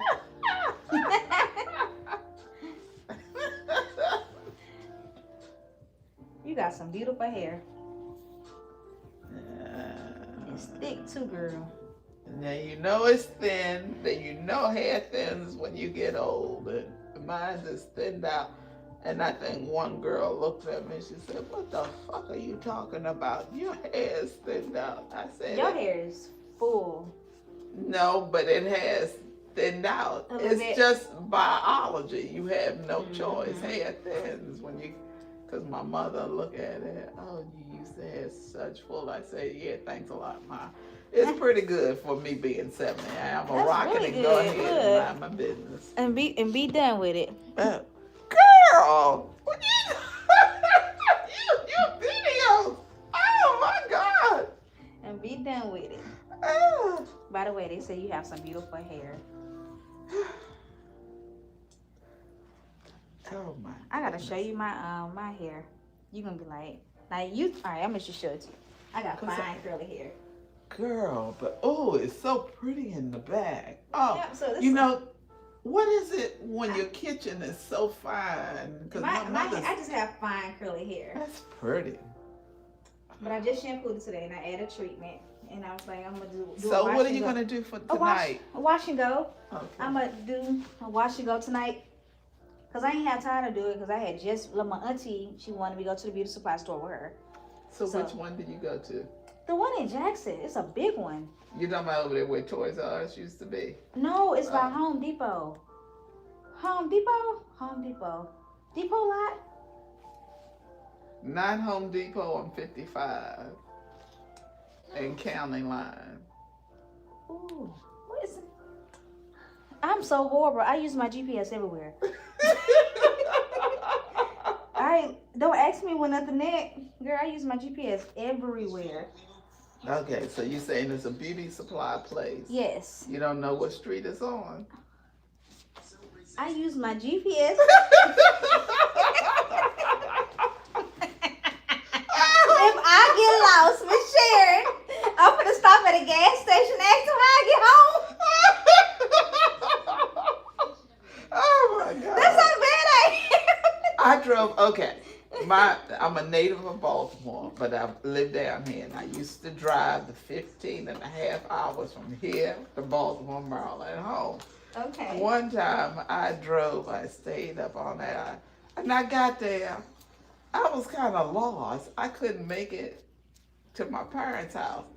And my kid said, get out of your car. Why don't you just knock on the door over there? I said, because I know I'm in an area that does not feel black. I said, I'm not getting out of this Mercedes-Benz, walking over there, knocking on their door for somebody to put a gun in my face. I said, no, I will go over here to the gas station and call home. Look at your I hands called back them. here. Girl, I ain't got no specs I want to on. show you. Okay. See, they not bad at the back. Ew, okay. See Again, my kitchen is probably better than I just don't know. But my daughter's hair is like that. My youngest, it's just like it's finer and curly And curlier. in the kitchen In the than kitchen. it is. And, you know, we always call it the kitchen, but That's our culture though. The kitchen. yeah, I know. But it's just like she said, Ma. I said, well, you know, well, at least, you know, you should be thankful. It could be a lot worse in the kitchen. But hey. Oh, girl. I've got like 3 different grades of hair. You do. It's like, okay, there's some that was fine, there's some that is coarse, Mm-hmm. and then it's just like a curly. I got So like you a have, wavy. you do. So I counted 4 to be honest. You with got 4. Yep, I counted 4. Your back is very loose. You're more coarse in your crown, and you're looser around your front, which is weird because you got gray. So usually gray hair be more. Coarse and wiry. Yes. Gray hair is like It's Frankenstein, a bolt of lightning that hit you. But it's just so pretty though. It's just so beautiful though. I'm I used to go to Magnolia's School of Cosmetology. Mistake. You know, mistake. students, girls. Oh my students. goodness. But see, I had my hair out and it was loose and it wasn't gray. It was just out and natural. And I was walking through, was either Dillard's or something in North Park Mall. And this girl that was working on the first floor of cosmetics or something, she chased me all the way to the store. Please, I'm a student at Magnolia. Can you come in and let me do your hair? Aww. So I went in. Oh, relax your This shoulders. stuff- Go ahead, talk. Girl, one day I was sitting in the chair and it was like, what was that I smelled? In my hair. No. What did she put She on was flat ironing No, it, but she was burning it out and everything. No. And I didn't understand that because I could see her instructor walking. And I'm just saying, you think that you're safe because there are instructors there checking out their work, telling them what to do. But girl, my hair up in here, I don't know what she did because she was giving me a relaxers, giving me coloring. No. Then she went to That's flat a iron, lot. and she changed and got all of her checks for whatever clinically she needed to do. She got them done on my head. But my head ended up like in my crown up here. This Broken stuff off? is so, it was broken out. It's so rough. It's like it's permanently damaged. I don't know what she did to chemically burn me with what. This stuff up there, it don't even feel like it's my hair, but it's on my head, so it's my hair. Oh It's my kind goodness. of like, okay. Remember when Chaka Khan first started singing when she was with the group Rufus, Yes. and her hair was short? Yes. Then when she went solo, I turned around and all of a sudden she got hair out the hair and down there, and I'm saying, what did Chaka do? It's like, What did you what did say? she- What did you say, Miss Sharon? What could I say? I would have At that point, cried, it was Miss done. Sharon. I would have cried. All I'm saying is that they eventually closed, but I had to stop going before they closed. And I'm saying this, but then somebody told me you had no idea why they closed, and this is what I was told. Yeah. The girl said, yeah, I was like one of the last classes that got out before they closed. And I said, so why did they close? She said, well, the lady who owned them, you know, she would just catch all of the applications of the kids who were applying to go to cosmetology school. Of Okay. course, she would accept their money But and not tell teaching. them yes. And when COVID or whatnot hit, the perfect excuse was the class can't start now because You know of what? COVID or whatnot. But she was just taking their money, and they weren't able to go to school. They Oh. weren't getting in class and stuff, and so Girl, you couldn't do anything about it. I would have spazzed. So I did see that. A lot of. Now I would have had a fit. But it's Oh. not only that. Then the instructors, not the owner, then the instructors were answering the phone when people would call. I paid my money, but still there's no class. When is class gonna start? Then the instructors beneath the owner who was stealing and taking their money I could started learning how to do it. They would, you know, I said, so they needed to shut this place down. I said, so is she gonna open back up since it's post-COVID? They said no. No. She used COVID as an excuse to cover her. People couldn't get their money back. She couldn't open up the school. Isn't that a lawsuit though? I have no idea. She got out of it, but she's not. That's sad. If I was a student, if I paid my money, I think I would. If it was my daughter, I think I would have hired an attorney. I would definitely would have hired a because that money we gotta pay back. That's money. You that, pay them money, if you but you take get out a- no education. Yes. So if you, but you know No. what? Yes. They need to be sued. And they said that she just wouldn't agree to close and apologize for the error, but I guess she got don't like around that. being sued. Because a lot of students end up getting loans. Cosmetology school is not cheap at all. I didn't know, let me see. Avita. Avita has one in Birmingham, but didn't they open another one somewhere? Is one now? Ends. Where You at? can may tell me ends. I don't know. I don't know if they got one in Louisiana or what. Yeah, they do. They do have one in Louisiana.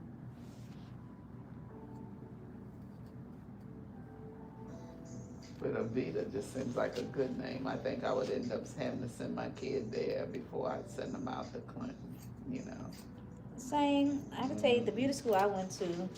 Back in the day, beauty school was different. Like I could say that beauty school back then was a community beauty school because back when I went, it was barbers and cosmetologists going to school together. Uh-huh. It's not that no more. Barbers and cosmetologists Yeah, we was together. in school together. It's not that no more. I think schools have been so confined. And I'm be honest with you, from a cosmetologist, I think schools now have become money makers. Like they teaching these cosmetologists the bare minimum. They teaching you to stay bored, and the curriculum is only stay bored. Yes, it's the foundation of when you're out in the field, but I think having another stylist that's experienced besides the instructors, instructors they get, because I'm a licensed instructor, instructors they get kind of comfortable, being, in the school setting. Yeah. But having somebody who's still out there in the field to come in and teach them, how to manage clients, how to have customer service skills, how to do these styles, what to look for, how to communicate, if your client don't like something, that type of thing. Like how to build your social media platform, business side of it. Like, cause these students coming out of school now, Miss Sharon, everybody want a salon suite. Everybody want to get on their own, but no one knows how to keep a business. So you think that they get their clinical skills and they think that they can just rock it and go make Yeah, money? but they lost so much because nobody wants continuing education. They think when they graduate, they go out and start making money. But the thing, if you wasn't taught finance, how to keep the business, how to keep the business from growing, money need to be put aside for your taxes. A lot of this stuff is not taught in school. Okay, you remember Stage 2 that used to be on Beasley Road? It's probably still there. Yeah, I think it's still in. Way back in the day, girl, I would look at Stage 2 because it was a black owned, and it's probably still black owned. It was black owned unless it's been sold or something. Her husband built it for, and she had all of these chairs, and then she rented out all of these chairs. They had a barber shop and everything else. Uh-huh. And when her husband had hired his friend that was in the barber, he was a barber or whatnot, the husband would go in there and get her hair done and everything else. But he let the barber in the barber shop be the manager on site. Okay. Somebody make sure you collect the money and all of that stuff. But when her husband died, I was told the lady is just like, hey, well, she wants her money, and she is not for it being late or whatnot. I think she was pulling down over $5,000. Oh my goodness, at the back time then? a month, yeah, from just renting out all of the chairs, and then you better, have her money or whatnot. She wasn't playing. It's like, give her money. But I just thought it was, I've never seen, like, I'm used to beauty shops or beauty salons being more intimate and community based, Mm-hmm. not a huge, massive building where you Everybody's got separated. 30, yeah, they're just like a little partition and everybody in here is renting a space or a chair. But you learn when you have a community. I think you learn better when you do have a community. I had to figure that out on my own, after, being in a space for so long. My first salon, I was by myself, Because I was in the salon, in a barber shop, and I just felt like there was no connection there. It was like chaotic for me. Mind you, I came from a stylist. So were you the only stylist and a barber? Yep. with it? Okay. At that time. But it was just so chaotic because you got barbers in there, they hooping and hollering, cussing, doing the most. So when I opened up my first one, I was in there by myself for some years. But I was like, I was still taking on classes. That was the only difference. Like I was still doing continuing education, even though I was in my own space. Uh-huh. But the reason why I was saying that stylists are not being super successful in these spaces when they're on their own, because no one's trying to gain more knowledge. Like I was trying to figure out, like, what do I need to do to become more successful? Versus like what I know now. If I would have known what I know now, I would have been able. I would have hired somebody in my space with me. Or own the building, Yep. rent it, hire people to work, collect your money from them, and let them work. I don't know. I just think one of the best things you can do if you're a business owner is you need to own the building as I think opposed so, to paying rent. Because When you pay rent and lease is so much. they just keep going up. They do. And you have no choice. You would have to move, and you got to think about your customers, all of the stuff and the equipment that would have to be, and you got to outfit a new building and the layout and stuff. It's So, a lot. It's nice if you own it. I guess that's the best way to go. It is, because I was But- leasing out a building, girl. I was straight leasing out. And then remember, we were talking about insurance and all of the And stuff that you all had this to stuff have. added. Insurance, lights, internet. And then on top of that, buying, products. Products now, back then they wasn't cheap. Now you buying loads of products. Like, it was a lot. Like I tell anybody, don't rush to get on your own. Learn the business first, Learn how to finance your money, keep your money, and build off of your money. Don't spend the money as soon as it comes into your pocket. Learn to see how can you build off of that. Create your portfolio. People don't know who you are unless you create something where it gets some people nervous so they visually see. Like content now is the biggest word of mouth type of thing.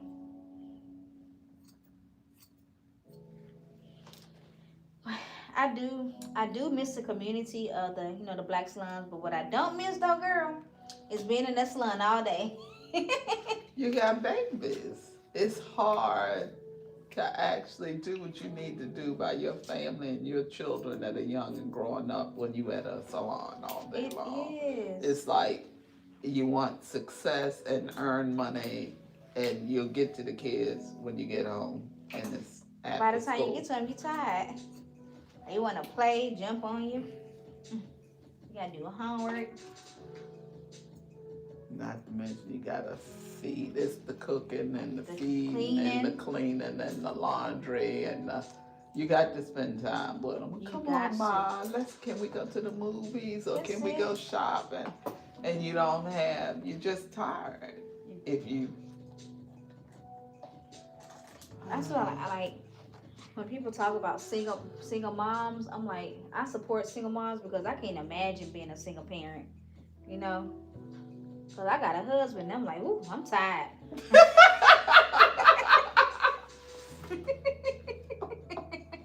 Ooh, I can't. Look, I'm not independent. I'm not an independent black woman. I need help. It's like, girl. Girl, I need But some single help. mothers are tired too.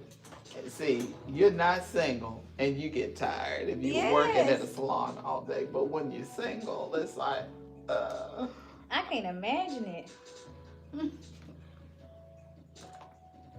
I went out with my auntie today, and I was telling her, I said, I don't take my baby nowhere. She said, what you mean? I said, you said how she acting? I was tired the first 5 minutes we walked in the restaurant. I'm ready to go. Go back home. You're ready to go. and she said, sit right down. That's You it. had to train this child. We're going to stay right here. We tired. We're going to eat. And Look. she's going to behave. Girl, I try to get, my baby name is Spring, Okay, you got a winter? Summer, Okay. and Spring. Oh. I'm trying to get Spring hen. I said, So hey. do you want another one? Oh, girl, So you can have 4. I'm about to go. You want me to finish your hair? You want me to finish your hair? Because I can leave you. Don't speak that on me. It's like, No, like, ma'am. Like you could have wanted 4. You No, asked me how ma'am. many Baby, did I have? 3 is enough. I love my children. They are definitely a blessing. But mama's tapped out. It's like, I just can't imagine myself with a 4th one, to be honest with you. I'm tapped out. if he said, like, My husband tapped I don't want to hear it, Miss Sharon. We don't want no more. Don't speak that on me. Let's change the subject. If he said, baby, Baby. let's try one more No, time. ma'am. I want a son. No. Like, and I will help, No. like. And, We tried twice to have a son. Yeah. And girls kept coming out. So, you know what? I said, you know what, God? Thank you. God knows Look. what he's doing. Because I look and it's just like, maybe I would have done better if I had all boys. But he didn't want me to He didn't have want you to have all all boys. boys. Because if he did, that's what they would be. Girl, I tried twice for a boy. The last one, we didn't know the gender of this baby until the baby was born. Now. Uh-huh. And I was so excited because I had named the baby and everything. I was buying boy clothes, intentionally buying little boy clothes, girl. Speaking it into existence. That's it's it. like- Letting God know, like, God, meet me where I'm at type of thing. Please. Lord, give me a son. Girl, we got to look. I was so intentional. I was buying little boy diapers, girl. So, they had a Did name you and paint the everything. room blue? Girl, I ain't painting nothing. It was just neutral. It was straight neutral color. So, girl, I'm tell you, when we get to the doctor, you know, I had to have an emergency C-section for something that happened. The baby come out. The doctor will say, "Congratulations, it's a girl." Me and my husband's like, "Oh hell." Mind you, we. My father did that to me. Girl, I felt like I was dreaming. Girl,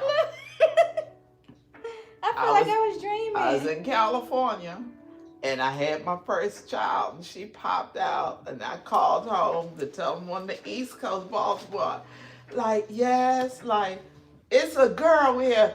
Damn, can't anybody in this family do anything right?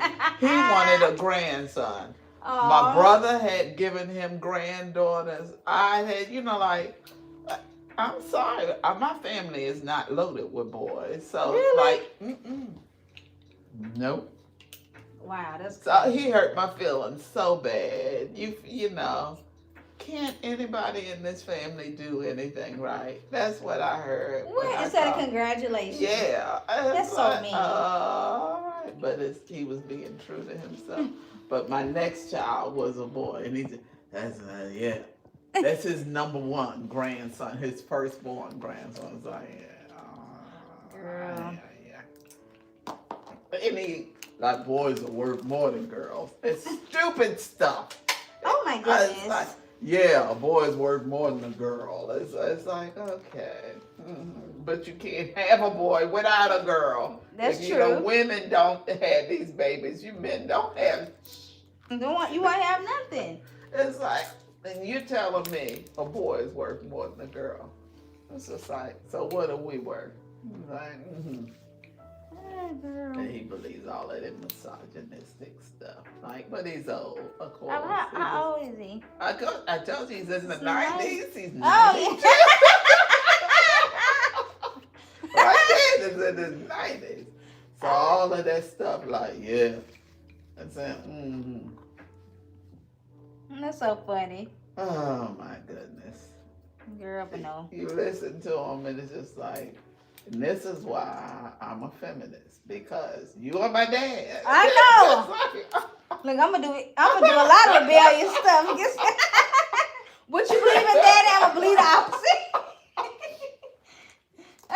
He's like, hey, can't you do anything right? It's like, okay, Girl, I would have tripped out. Oh my gosh. So then y'all were upset because he said it's a girl, but you really wanted a boy, huh? I would have tripped out. So my dad, before he transitioned, he loved, when I say love babies, love girls. Like before he transitioned, he was able to see the two oldest two.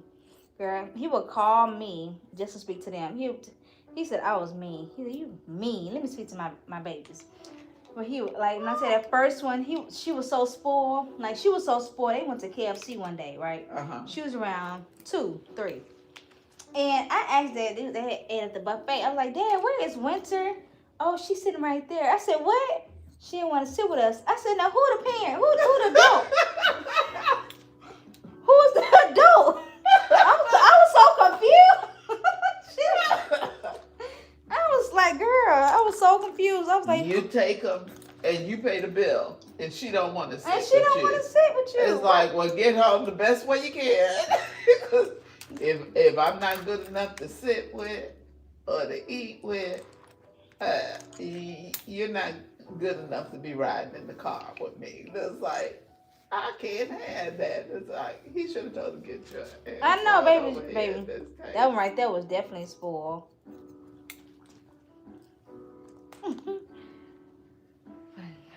Girl, yep, I tried for a boy.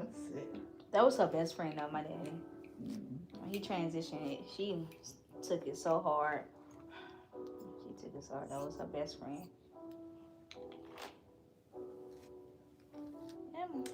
So we didn't have a name for the girl. I made a joke. I was like, we have a girl, we'll name her Spring. You know, just a joke, right? Nothing serious. But you ended up. Having a, and you know what's so funny? Because the doctors kept coming in and they were like, so what's her name? He was like, we don't know. Stop asking us. We don't know her name. We don't know.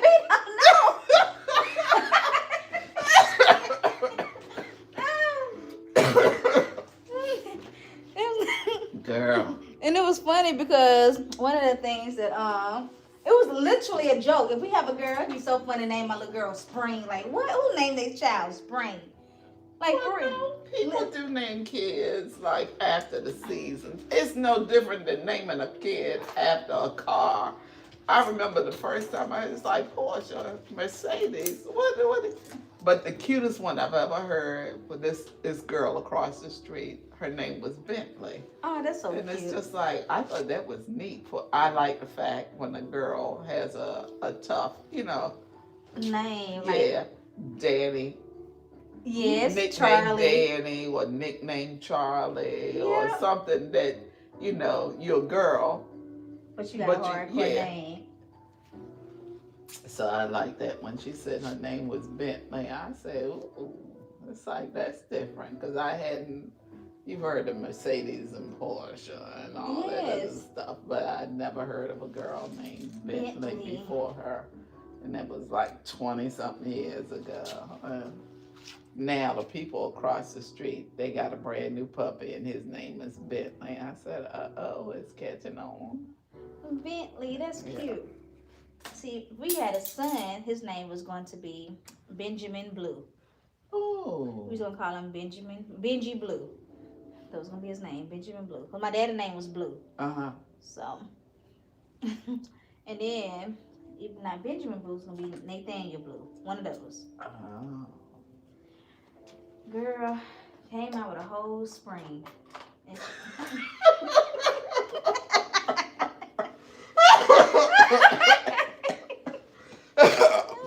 oh my goodness.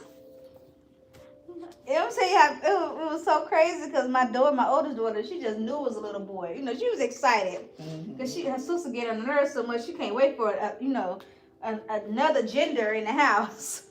She said when she found out it's a girl, she said, "No, God, no, Lord, why?" She was like, "Please take her back." She goes, "Take her back, take her back, take her back." She can't go back, baby. Wait a She minute, here. so Summer has heard all of this. Yeah, Summer didn't care.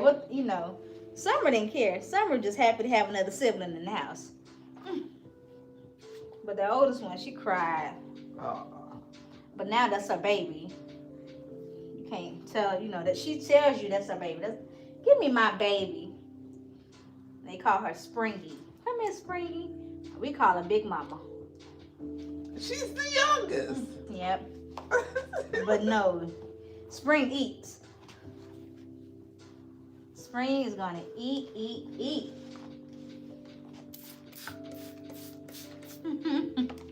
Spring does not play, girl, at all.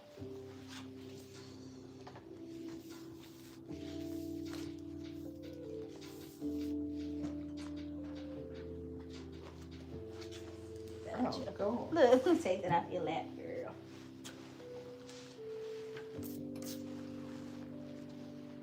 Oh, Lord.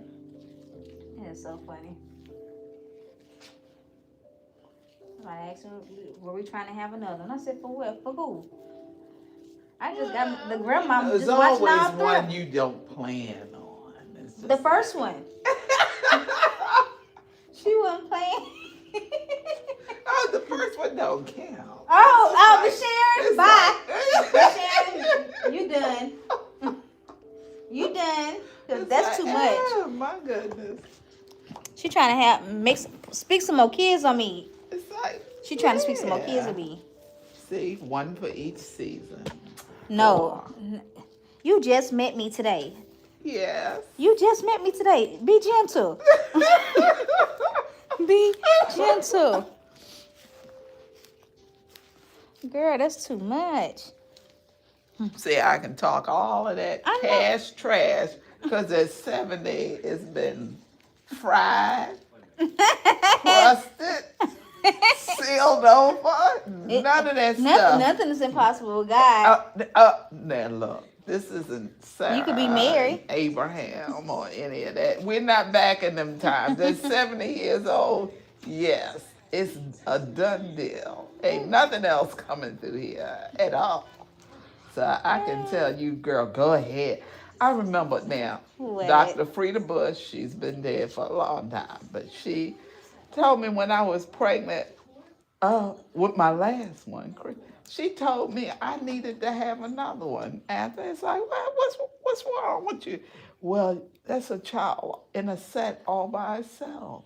Oh The my other siblings are closer together and they're older. This one is alone. She has nobody to play with. And I looked at her like, who the hell is going to pay the bill, pay you, and do all of this stuff? You're saying I need to go one more time so this one will have a playmate. What kind of sense does that make? You got to be able to afford a child. You do. You got to be able to afford it. You got to have patience. You got to want. You got to. I said, you are out of your everlasting mind to think that I would have another child just so this one can grow up poking the eyes out of. You Give me that. Take Shirley that back. lying. They I'm fight not- so much. I'm not doing that. It's like 3, I'm done. Because I was saying, oh, hell no. When I found out I was pregnant, it's like, no. It's like, the last one is like, I'm not having another child. And Look, I was like that with my first one. I cried. I was like, God, but I wasn't ready. You know, because I'm going to be honest with you. And I'll be honest with y'all. Like, me and my husband, we didn't want kids in the beginning. yeah. Yeah, we wanted to, experience the world and travel. But, Girl, I girl, got a places year I after ain't- marriage, like, the day I found out, I was living in California at the time. I knew something was Oh, my off. firstborn was born in California. What part of California? She was born in Loma Linda, which Oh. means beautiful hills, near Wow. Redlands, California, the Yes. Inland Empire and all that down there. So she was born in Loma Linda. Okay. And the next one was born in El Paso, Texas. Wow. Then Christy was born in Mississippi. I lost the one I dropped and had in Tennessee. Are you looking at the camera? Look, I'm trying to see. Look. Girl, Girl, I love that every though. state, Everybody have their own. yeah, Birthmark. all of the kids are born and come from a different state. a That's neighborhood. beautiful though, because Ah, it is beautiful. It's like being dragged like a pregnant cat through a litter box, and you, I have one here, and then you go in, and then you have one here, and I just. think that's beautiful. Okay, whatever you say. I'm just saying. You call yourself a I cat? don't. I do not. It's like no. I need to be done. I'm never in the same state. Military, in the service, out of the service. Then when we got in the service and we were in El Paso, ain't shit in El Paso. Nothing actually except for there. desert. It's like, there's nothing there.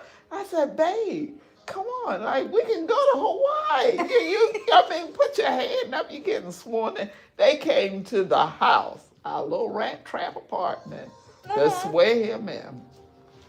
To the army, and I'm saying that most of the time, don't you go to a recruitment or anything? They came, they wanted to get him so bad, they came to the house Oh my and goodness. inducted him.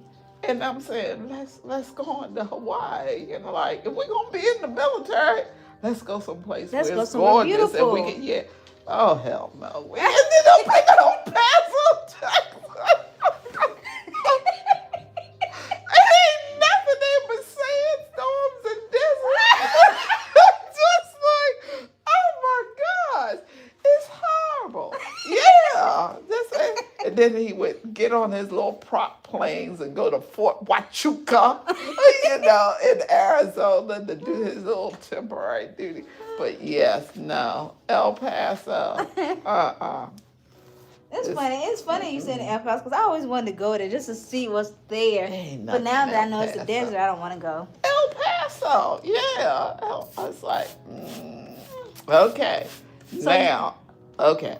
Now, okay. El Paso is right there, so close to the border that you can be right in Mexico. Is It's that right close? there, yes. Oh my goodness. So the pastor said, come on. We're going to, we're going to Juarez, Mexico. We're going for it. I said, like, hey, I popped out. I had my firstborn. She was a toddler. Then I had my infant son by this time because he was born in El Paso. Okay. So I'm going to El Paso, getting to Mexico for the first time. It's Look like, at you, bougie. Come on. no. Oh gosh, you get there, Mexico is hot. These are kids. These are a toddler and an infant. So we were in the department store because you don't need a prescription to get any of your meds. What? From the pharmacy, you can get all the drugs you want.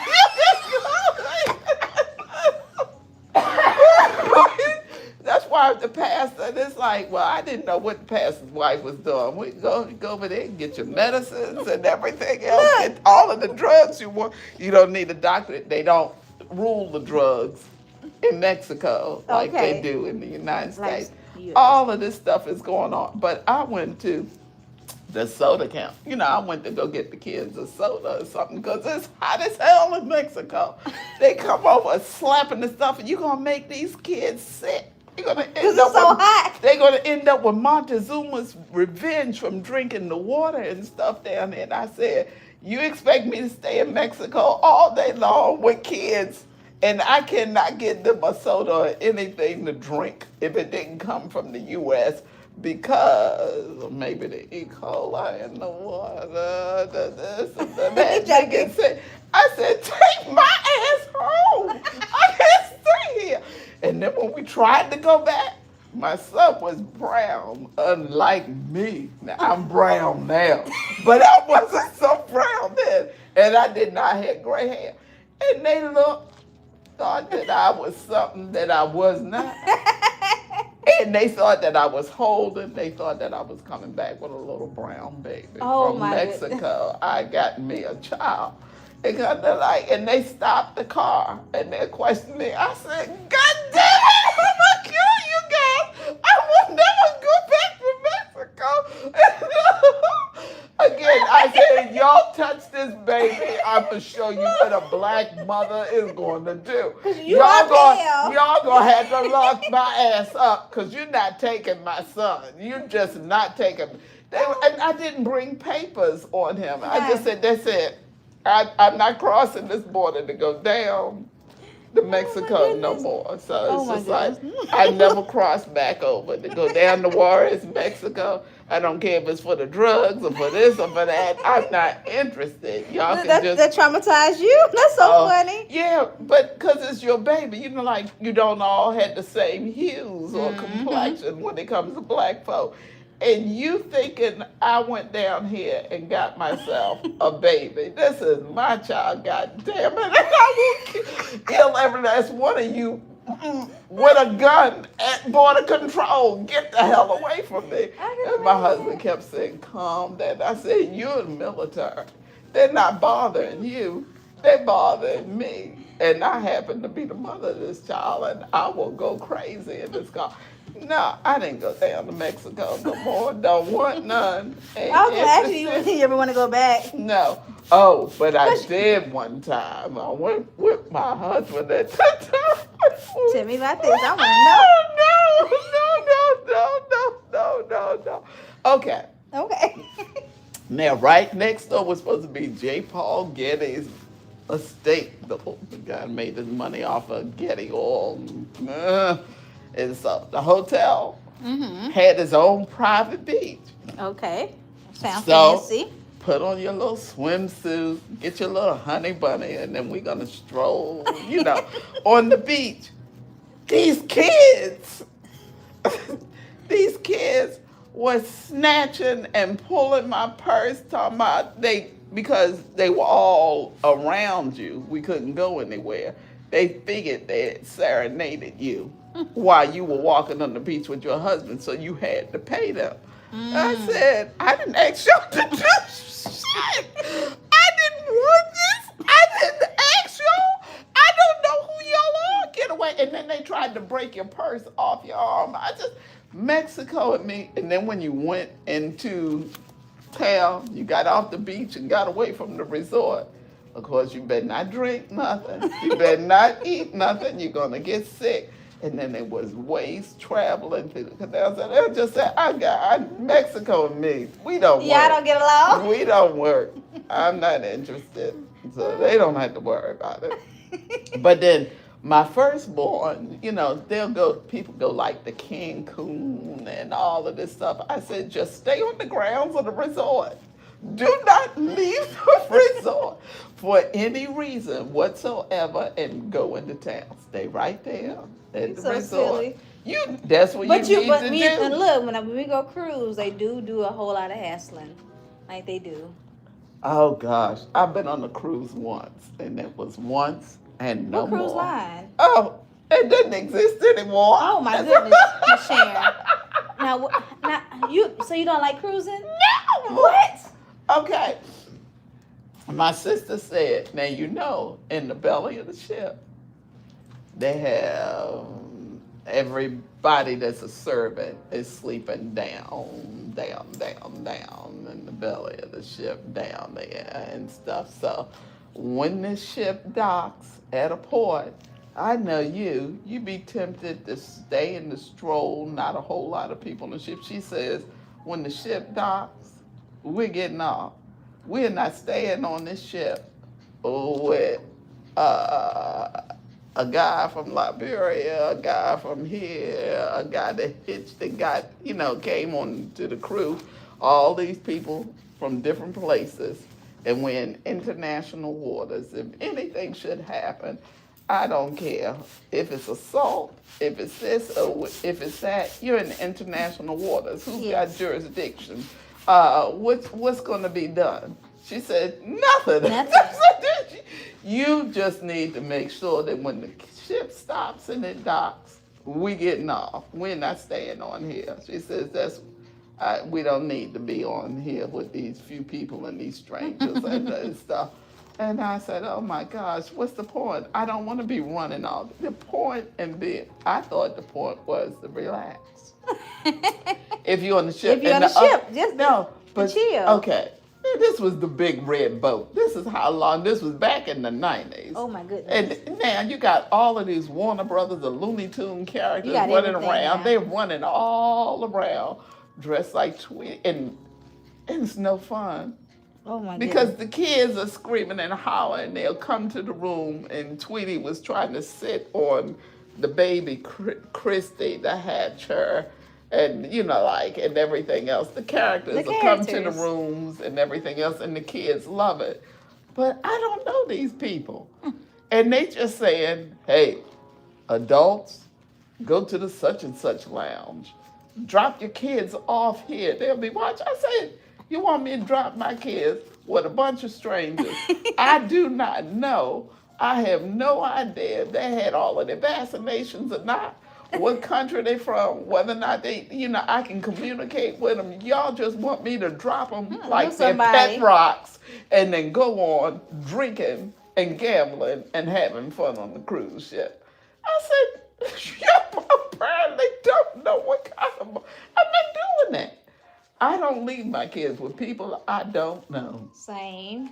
But you don't know. You can't be doing that stuff. I'm not leaving my kids in no ship. If a fire breaks out, who's going to worry about getting your kids because they were employees that you left them with? And the employees are going to try to get out. They're going to just tell the kids, follow behind me. They're not going to be looking at your child, as if it's their child. True. So I said, I can't do this. All right, so I'm going to tell you this. You need to take one, just you. Okay.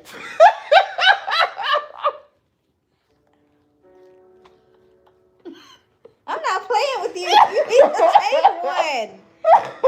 You can't let that said 1990. It's 1990 kids cruise. My sister Oh, my booked goodness. it, and it's like, oh, That was 1990. It was like the late 90s, somewhere in the 1990s. But the point is, it was Disney World and the cruise. Disney didn't have a cruise line at that time. They had a relationship with the Big Red Boat. So we go to Cape Canaveral, we hop on the Big Red Boat, we go out to cruise the Caribbean, we come back, and then we're staying at Walt Disney World Swan, staying at the resort. So it was all tied into cruising and doing Disney World and stuff, a Disney vacation.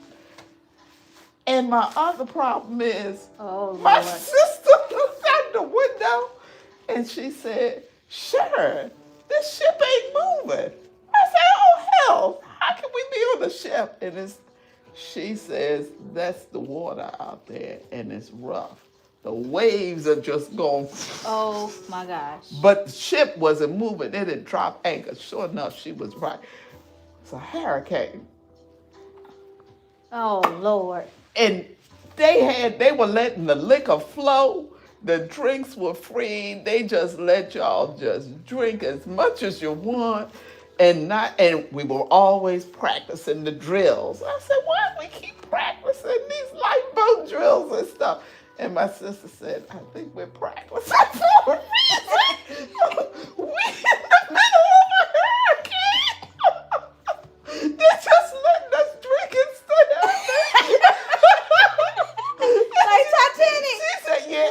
And then the next morning they pulled up that anchor and they booked. And I said, no more Caribbean cruises for me.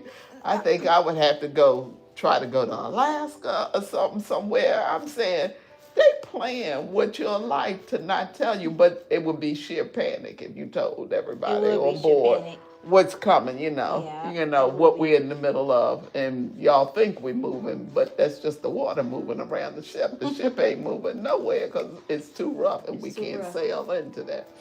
Ooh, that So was, no. well, that was 1990. Ships has changed.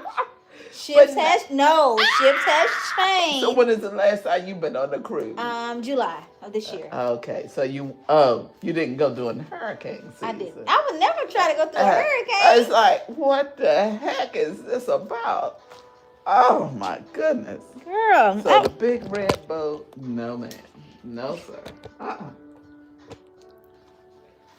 So not gonna do that. I'm gonna need you to leave take- Mexico alone. Oh, Lord. All right, I'm going to need for you to revisit some of these things. I can Yeah. understand Mexico. I can get Mexico. But the cruise ship, Sharon, the cruise ship is something that you Nancy, need to... Nancy, I've gotten too old, but I always wanted to do the Tom Joyner, what is it? Fantastic Voyage. Oh. That's it. But now, do you see the What? stuff that goes on the cruise ship? The What, fantastic. so Fantastic Voyage is what cruise line? It may be Carnival. I don't know. Is Carnival the party in one? Yes. Yeah. It may be Carnival. But Tom Joyner supports HBCUs.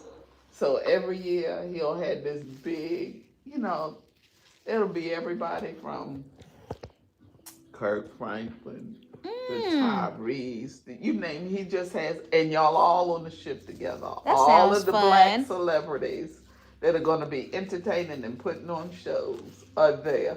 Like they're trap rats. They're there with you. They'll take pictures with you. Y'all are around them all day long.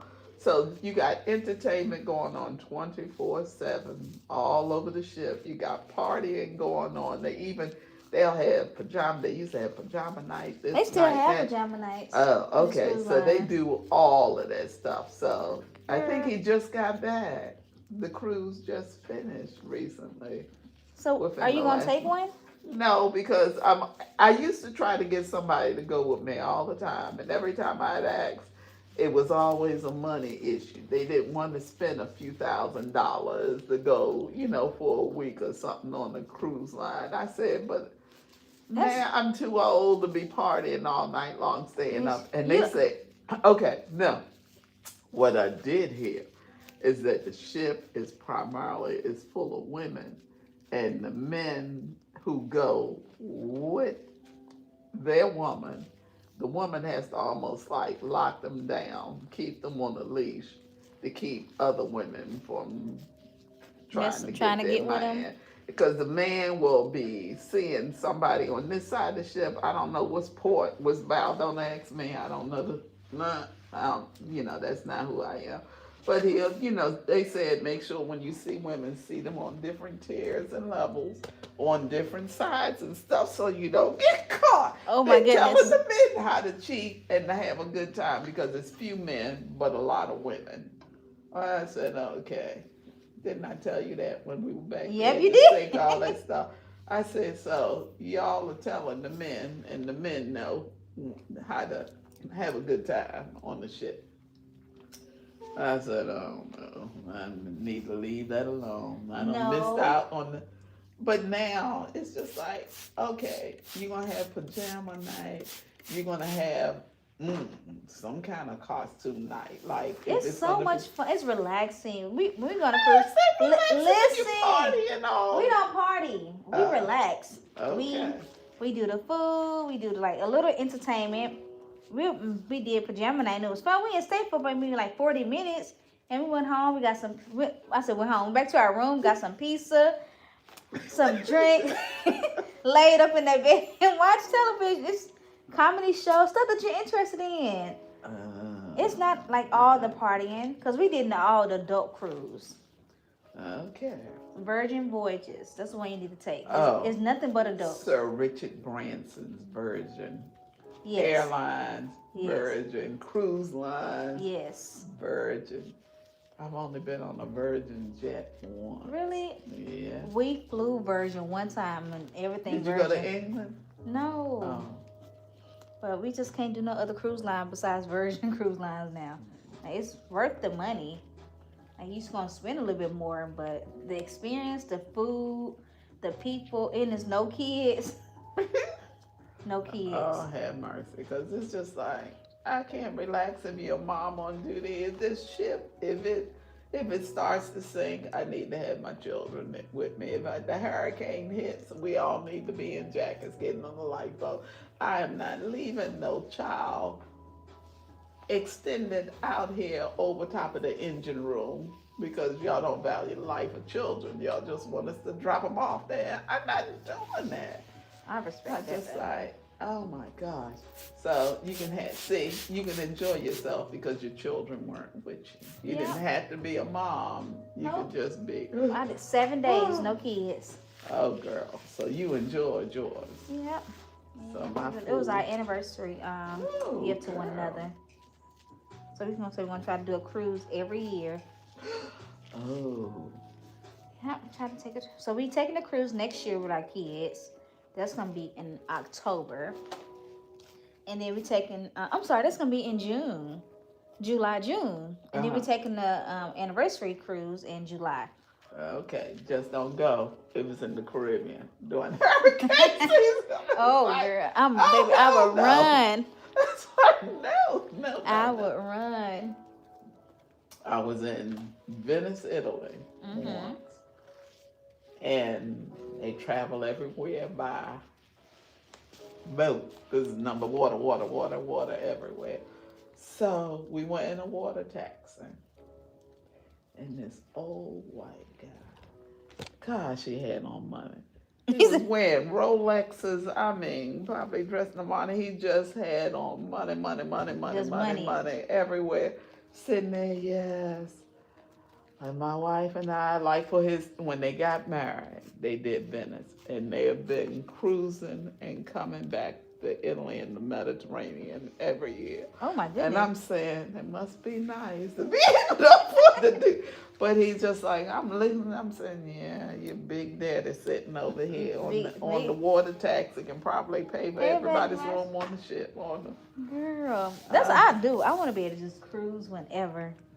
I just really just travel wherever, girl. I can't imagine being able to cruise the Mediterranean every year and take my honey bunny back to Italy where we first, got married and stuff. And I just said, what a life. And she just sitting there like she don't have a voice, don't talk. I said, oh, it's one of them relationships. Like, he's the money, he's gonna make all of the decisions, had the power and control, and she just. Why is that so common in like power relationships? What is that dynamic? But see, money shouldn't be worth your happiness. I agree. That you're gonna let them just make all the decisions and be mouthless, voiceless. You don't have any say. You just have to make him happy. So you can stay in this. I can't. That's why No, you need to get out. And I'm tired of telling you that, Michelle. You're beautiful. You have a nice personality. Girl, you're banging. You can't let your pet, let that pet. And you me again. You keep me. Shut up. That is your last ma'am. That's your last Oh, you think so? I know so. That is your last We're done. But you. Girl, your husband ain't asking you when you're gonna be home. Home with the kids. He know. I told him, I said I'll probably be home around 7:30 tonight. I had another client, but she canceled. So that's why I'm able to just chat with you and enjoy you tonight. So it was definitely a blessing. Just me and you. All right. So no more Mexico for me. No more Mexico for you. Like, done the Bahamas a couple of times, done Bermuda. I think Italy was gorgeous. I want to go to Italy. But the men, oh my God, they're such flirts. I They're believe like peacocks. They be walking around in Italian suits and you sitting there eating your gelato, watching this fine one go this way, that one go. And they love, I know. women. They do. They love black women. Black women. They do. But not this one. It was yeah, you too close. You touching the border. And my daughters are pretty gold, warm, honey brown. It's just like, Christy, we were at one place and I was trying to pay for something at the counter and she was taking us out to the restroom. She hit the room and all the Italian men in there turned and looked at her and she ran back and said, "Why? Please, I gotta go to the restroom. I gotta go, but I can't go to them. Come on, Barn, let's go." So I had to. Yes. Oh my goodness. They just seem like they hungry. If you're a brown woman, if you're a black woman, oh my gosh, they are ridiculous. I said, oh, things are different in America. You think the closer you are to light, the closer your features are, the white features, the prettier you are. I said, that's not the case over here. Not even in Hawaii. It's not the case. Not even. She was so shocked because it was a culture shock for yeah, her. Yeah. It's just like, Ma, I'm this, and yeah, I said, no, they don't want this. They want you. Christy said, I can't. I won't. I think they would attack. I won't be able to go into the bathroom. I won't get out safely. Can you go with me? So yeah, I may as well have been an enforcer. I walked behind her through the crowd of Italian men and then stand at the bathroom door and wait for you. It's just like, y'all can just drop. Because I'm not going nowhere. I can't believe how hungry they act. They love black women. It's ridiculous. Beautiful. Oh my God. Giuseppe, this and that. And they just think, okay, my uncle, he just recently died. He was in his 90s. One of his daughters, she works, I think she's with Marriott. Okay. She must have been in hotel management or something when she went to Harvard. I don't remember what her major was. But she was in Italy. And they be pinching her ass and doing all kinds of stuff. Yes. Oh, they just so forward. They so flirtatious. Stuff. She started stomping on their feet like stilettos. Oh my goodness. She just pretended. Oh yes, Italian men.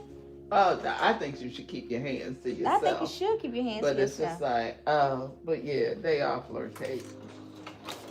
There's something else. I think that about Haitian men too. Very flirtatious. Very flirtatious. But that is so crazy. So when you go, have fun. No. I'm not going to say enjoy what's on the menu. Look. No. Italian men. Italian? They think they are lovers. I know you. It's You like, hear them all the oh time. my goodness. Let me see. Italy. So, what's one thing you would tell a woman? What's one lesson you wish you would have known growing up early on?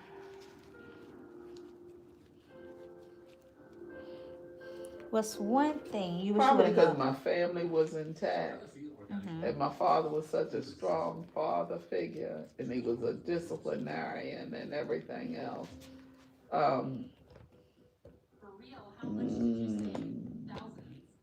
I wish that I had known more about men, or he had taken the time, because you had to get out there and learn it all on your own. It would have been nice To have an to idea. be able to,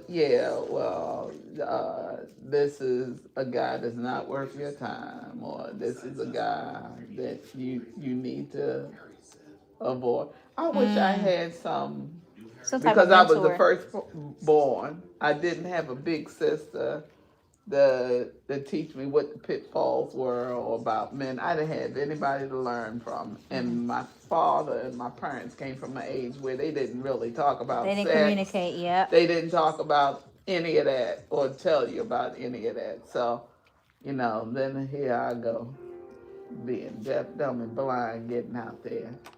And then I made my mistakes. So I wish I had known Ahead of time. more. Yeah, I'd known more.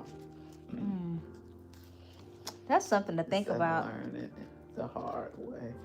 I don't think it's the hard way. I think it was just part of the journey. Even though I know Yeah. it's not easy going through something that you don't want to go through.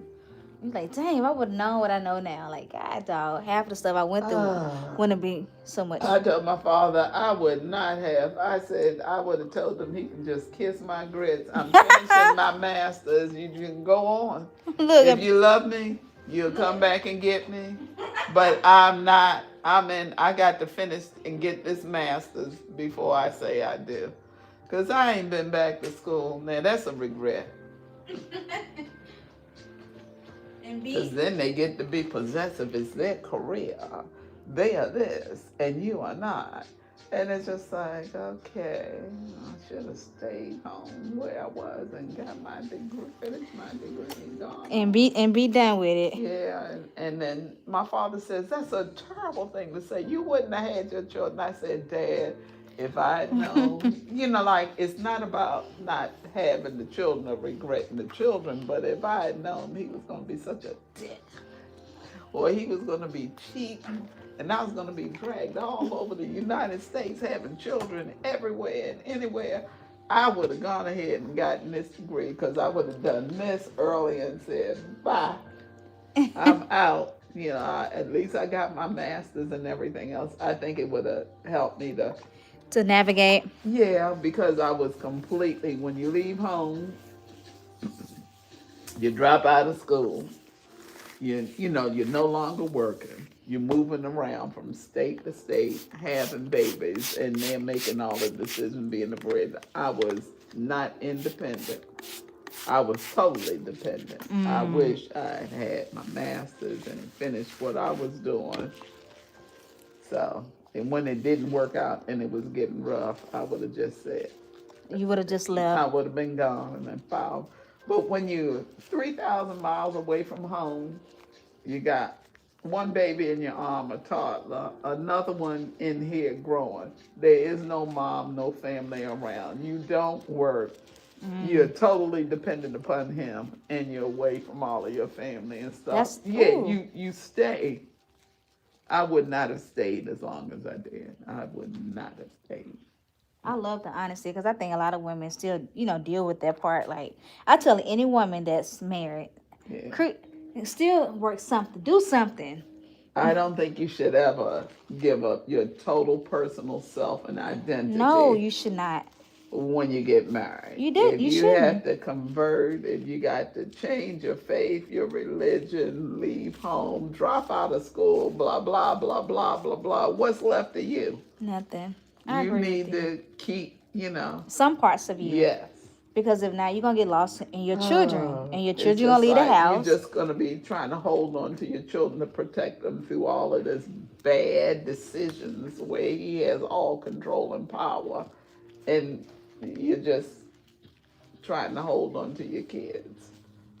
I don't know. I wouldn't have done it the same way. I feel you on that. I tell you, you need I to stay at home, mom. Like, try to have something for you outside of your kids and You outside of need your to. husband. If not, because I agree, you're gonna get lost. You need to have some kind of personal identity where this is what you want to do. True. I'm working because I want to work. I'm going to school because I want to go to school. Or I'm doing this because I want to do it. And if I can't do that and still stay married to you, then you don't love me. Then, because I should be able to still be me, even though I'm married to you. Mm-hmm. You're not supposed to redefine, reshape who I am. I didn't plan on being a Stepford wife. I did not know that, it was going to be all about you. But if you give up everything, it is all about him. And in a way, you're making him a god. You are. I feel that It's too. just Like, I feel like you are. I think people get confused when they talk about, the man being the lead. Yes, definitely. God says He's the the man leader, being. he's the pastor, but Jesus had sheep. There you go. Okay. And he was a great shepherd. He wasn't trying to abuse anything and control That's and it. power and his totality. This, you only will do what I want you to do. And that's not what he You meant. will sleep when I want you to sleep. You will eat when I want you to eat. You will only, that's not how he took care of his sheep. Nope. So, you may be the pastor of this house, but if you can't do it in love, and it ain't Christ-like. It's not Christ-like if you're not doing it in love. It's And I just think like, that's why a lot of people get confused when respect your husband, let your husband lead. Yes, but as the wife, we are a part of the marriage as well.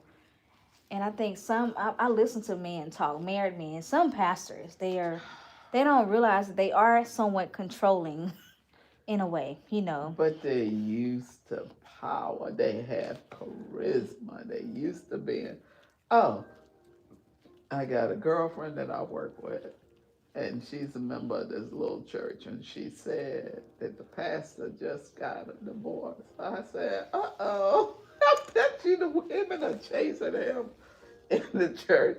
And she said, hey, he's 40, and he's newly divorced and a pastor. I said, no, thank you. I'm not visiting your church. I don't know what y'all doing.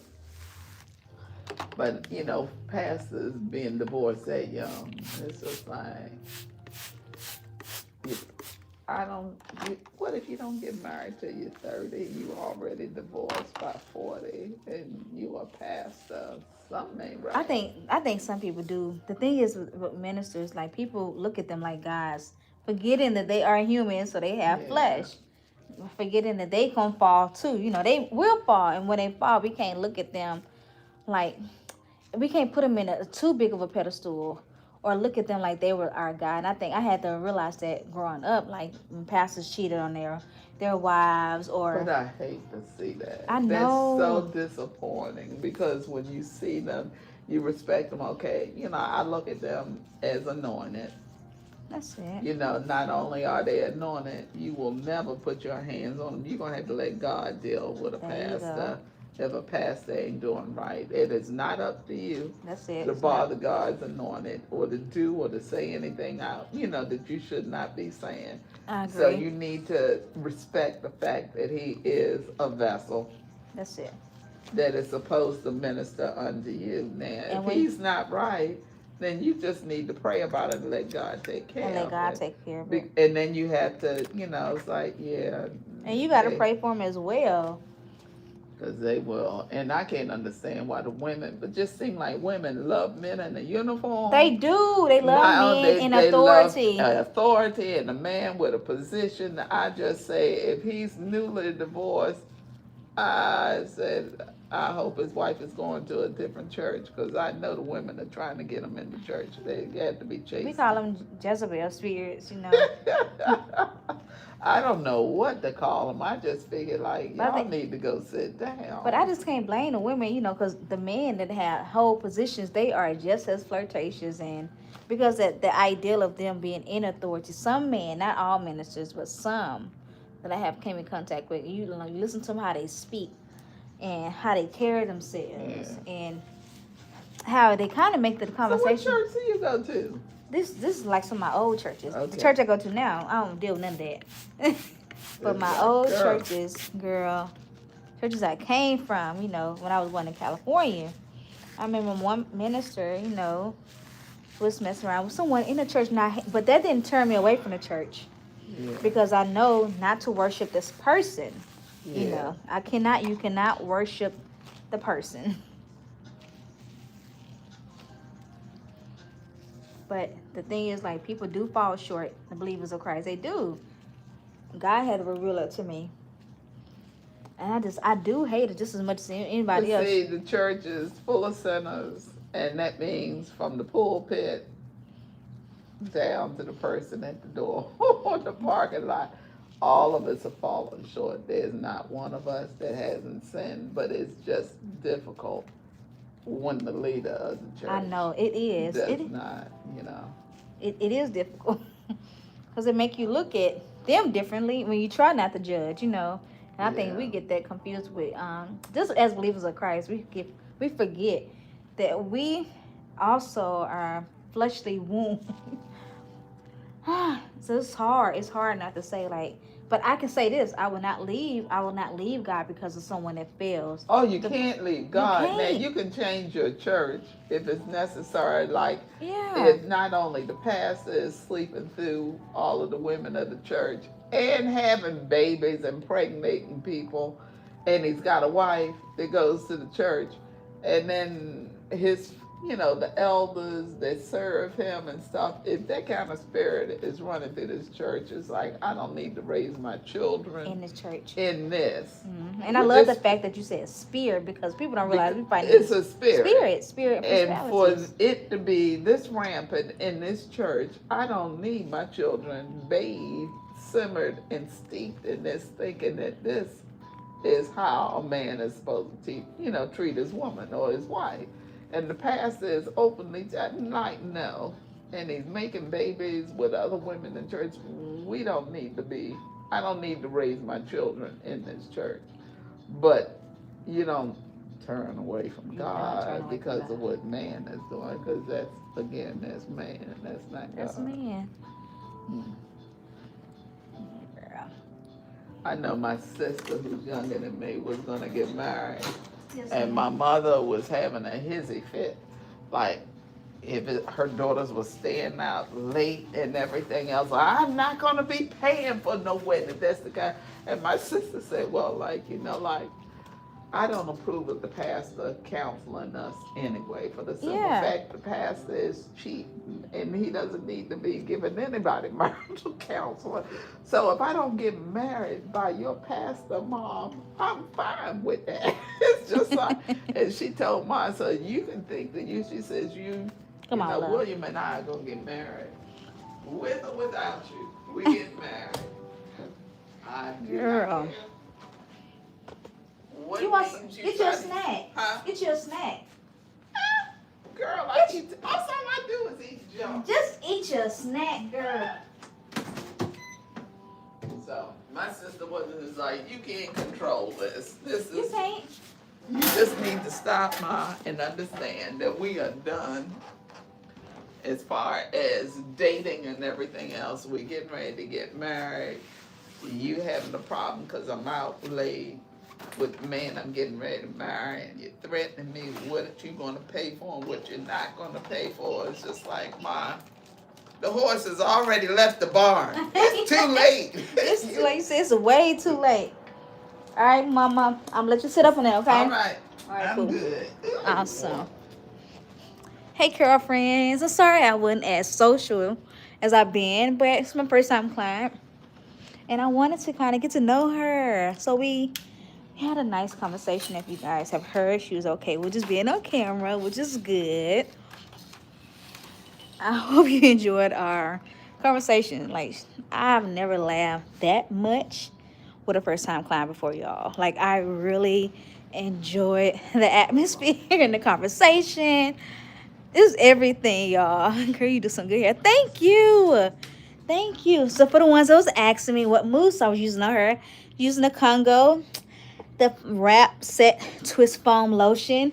If you cannot find this, y'all, another good one that I love too is the the Most Def Texture Foam. Like, it's really good, like really good. The reason why I put it in a spray bottle, because instead of like using the regular like bottles with all the pumping, the spray bottle allows you to mix it and allows it to disperse a lot better and evenly, so you able to cover majority of the strands and continue to pump. Okay. Thank you, Glenn. I was strolling and usually I don't stay long, but I'm really enjoying it. Oh, thank you. Sounds like the 90s. And wow. Yes. Y'all, I was saying the same thing. And baby, she said she's not finished yet either. But I love conversations like that. I love the nostalgic conversations, like, and I love the raw conversations. Like, usually when I get first time clients, they are nervous, but I was telling her, I said, I feel like I know you. Like, this is crazy. Like, it was a really good connection. That's how you know it was meant to me, because I had another client supposed to came tonight, y'all, and they canceled their appointment. So I was kind of sad. I was like, oh, I'm gonna be at work. You know, I'm located in Mississippi. I said, I'm going to be at work, and I'm not going to be at work that long. But y'all see, this appointment started at 4, and it's 7 o'clock now, and she got to dry some. So I know this was definitely God intended, because, yeah, it was so meaningful to me. Her hair is beautiful. She does. She really does have really beautiful hair. Like, she said she been natural for some years, but she just come here. This is my first time servicing her, but she comes to the salon, looks like once a month. Miss Harper, I would love to do your hair. I would love to do your hair. So when she comes to get her service once a month, she said, I look for someone to tell me what I need done to my hair. And I'm literally that stylist, y'all. I am literally that stylist, will tell you, like, hey, she booked something, but she didn't need it. Like, I get commission off of what she booked, but I was like, first of all, I'm not gonna take your money if you don't need it. I'm gonna be honest with you, girl, you don't need this, but you do need this, you know, type of thing. I'm gonna be honest with you. Her hair is beautiful. Miss Sharon, she is. Like, look, I'm looking forward to the next appointment, y'all. I'm looking forward to the next appointment. Like, for real. Like, I'm gonna, y'all already know that when she leaves, she's going to get rebooked, because I enjoyed her. She has my mom's name, and I have an auntie named Sharon. So it's going to be so easy for me to remember, too. Like, super easy, y'all. So what's one thing that y'all enjoyed in the conversation? One thing that you heard Miss Sharon say, or one thing that made you laugh? Like, I'm gonna kind of iterate on one of those conversations, because she conversated a lot. Like, for real. Thank you. Y'all are too sweet. Like, for real. Ooh, y'all like me, because I'm at 100. We're at Curl Friends 184 likes. I'll tell you, I don't know what to do. I keep saying it because I really don't. I still got to look it up, y'all. But that is absolutely amazing. Thank y'all. Thank you so much. I'm so appreciative. Do the hell come? Oh, cheating men on the cruise. Yes. Like, I got to tell her, like, whoever did her wrong, baby, she is not playing. She's like, man, all men got something wrong with them. I'm trying to tell her, all men don't have nothing wrong with them. It's just a crazy, crazy world. Especially the conversation about her children. I know, that was funny. Thank you. But I think one of my my favorite conversations was with the one with Mexico, when she was talking about how she would never visit Mexico again because of how they treated her. Her telling you need a whole nother child. Like, don't y'all speak that on me. I love my children, but I don't want no more kids. Like, I'm tired. And I don't even work full time. But I be full time with the baby. Then I come here. I don't want no more kids. I love them though. And she not the first person that's been saying it to me for the past 2 weeks. New clients been telling me I need to have another one. So I'm just gonna go ahead and rebuke that. Lord knows I'm tired. He already gave me enough that I can handle. I don't need no more. I can't imagine me being up here trying to do somebody's hair pregnant again. I was pregnant 3 times doing hair. Pregnant 3 times. But y'all, I think I'm finna get off here. Do y'all want me to just stay on until she's dry? You let me know. You let me know. Oh my gosh, speaking of Mexico, that part where she said they thought, yeah, because she's so pale. She said she's darker now. I can't imagine what she looked back then, what complexion she was, because she's really pale. But she said she has a little bit more melanin in her complexion now than she did back then. So I'm like, what? Because she's like, and I tell y'all, she reminded me of my grandmother because she was very pale and they assumed that she was white. Like, she's so pale. She showed me her legs, y'all, and I was like, oh my goodness, girl, I can see your veins. Okay, I stay on. I just didn't want to bore y'all. I stay on. Let us see the end result. Stay on. Okay, I stay on. I just didn't want to ramble too much, you know. I didn't want to get on y'all nerves. I know it's kind of late. Maybe y'all wanted to rest, but thanks for letting me know. I'm going to go put these towels on the couch and put the other ones in the dryer, because the next group of ladies tomorrow, y'all, they're going to need some towels because ain't no towels up there.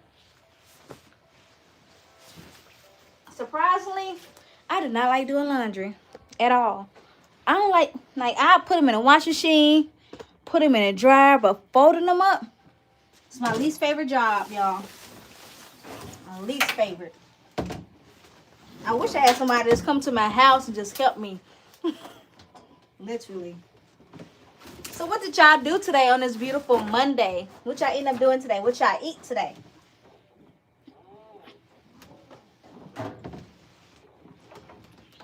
I ate some tacos today from a little Mexican restaurant. It was really good. My auntie took me out to lunch. She took me and my baby out. It has some really good tacos.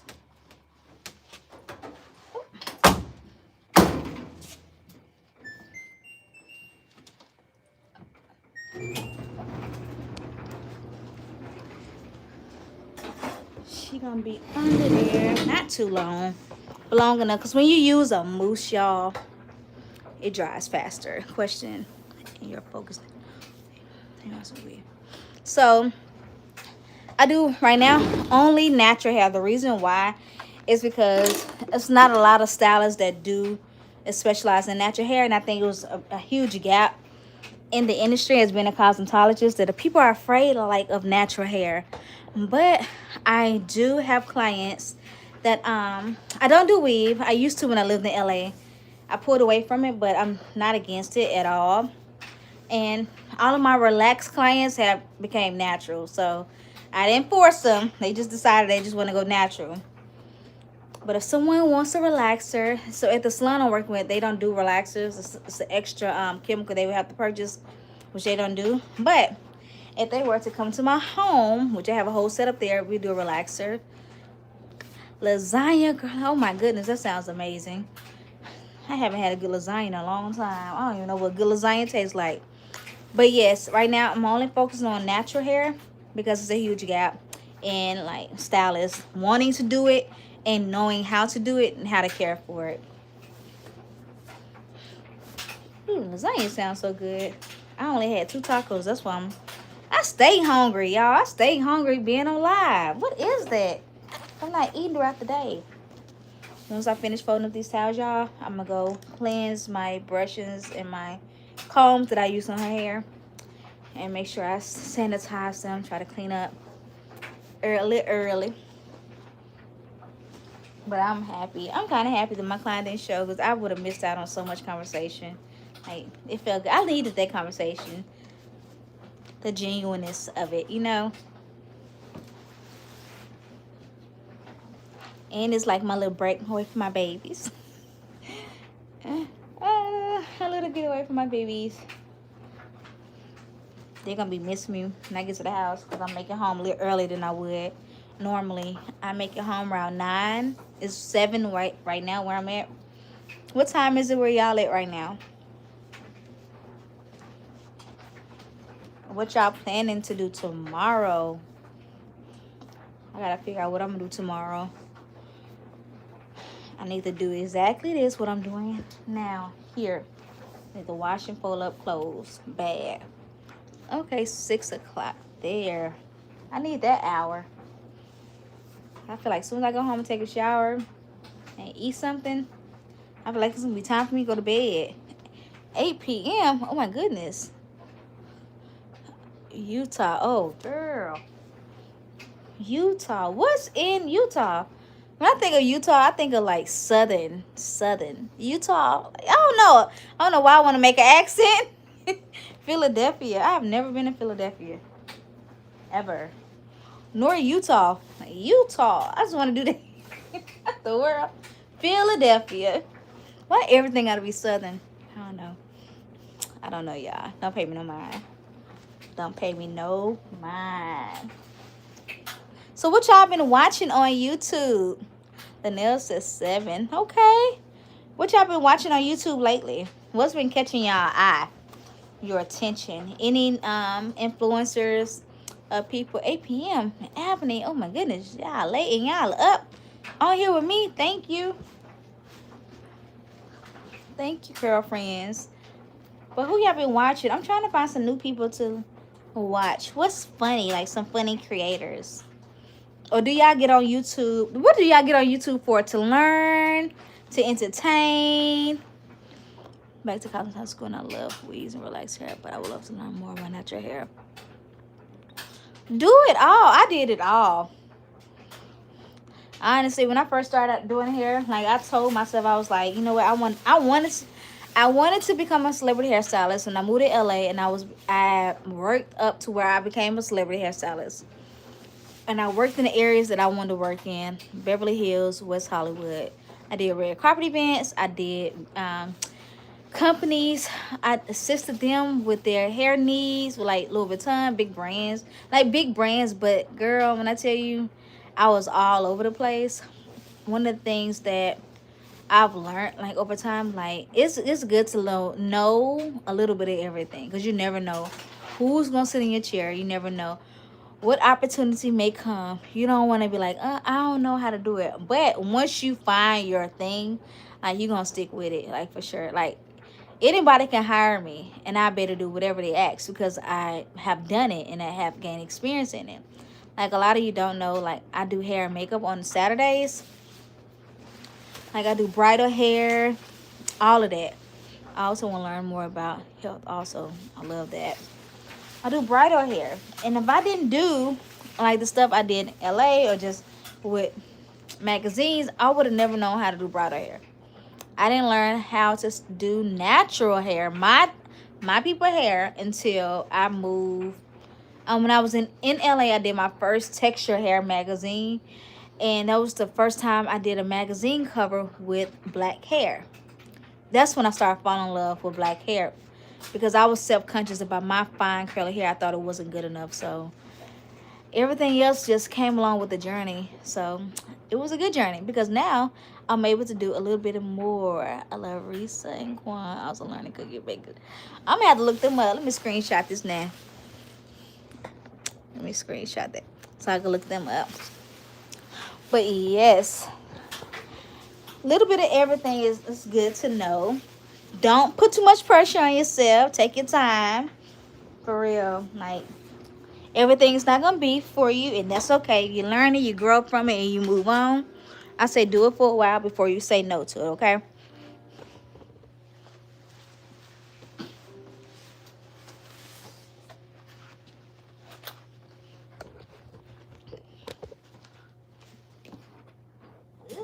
I gotta get this stuff out of here, y'all.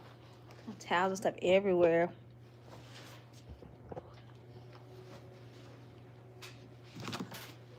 quick.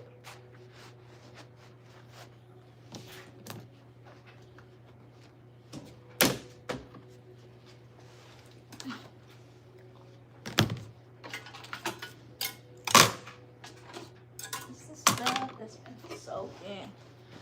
All right, y'all. I'll be right back, okay? Right back.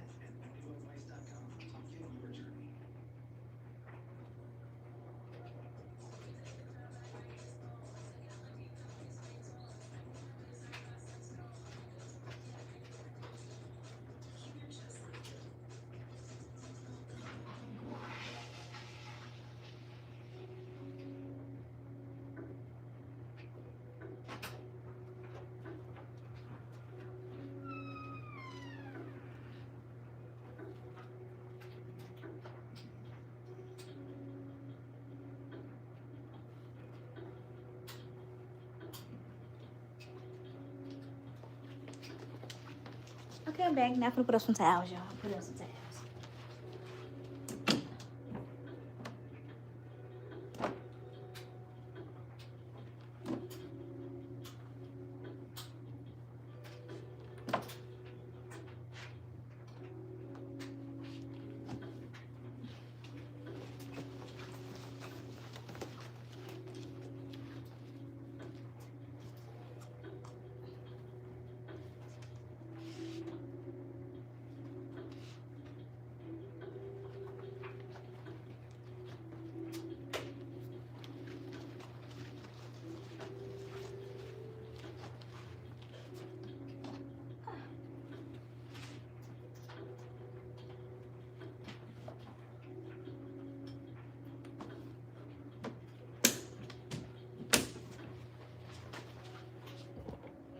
You're so welcome, Lynn. You're welcome, sweetheart. I got a lot of towels over here.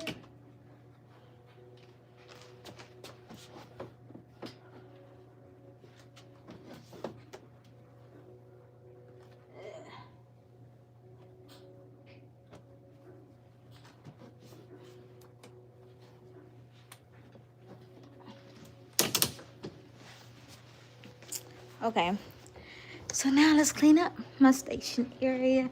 Let's get the sweeping.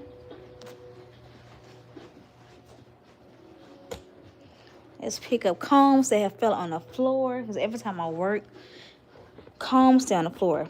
They stay on the floor. I do not re-pick up hair appliances that fall on the floor. That's nasty. That is so nasty. And put it back in somebody's head. People that do that, that's just nasty.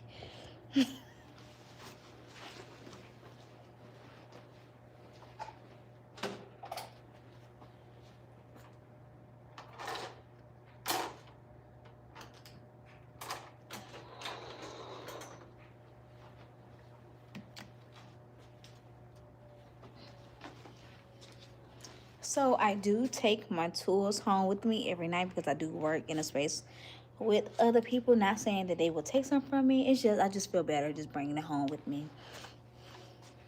I don't know. I just do.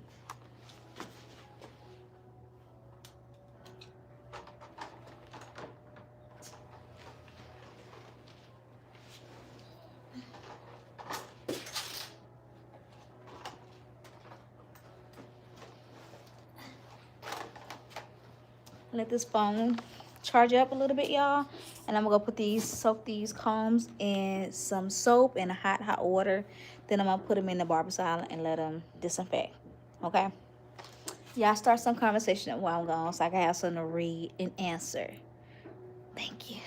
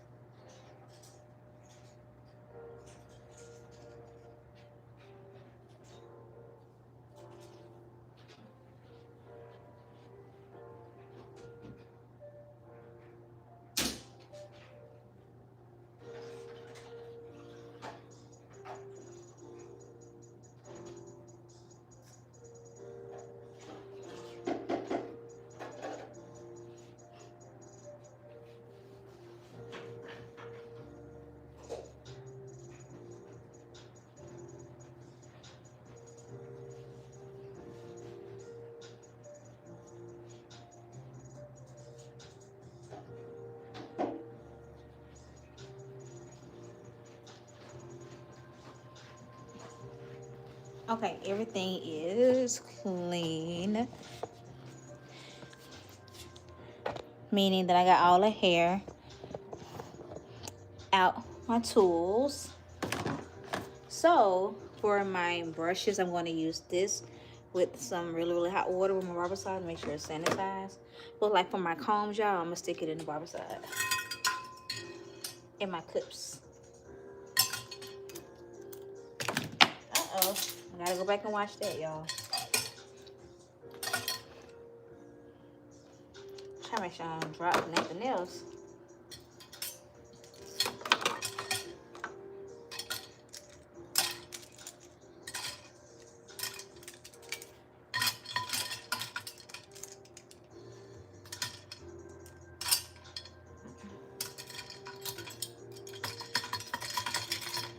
I'm gonna make sure this fit in here.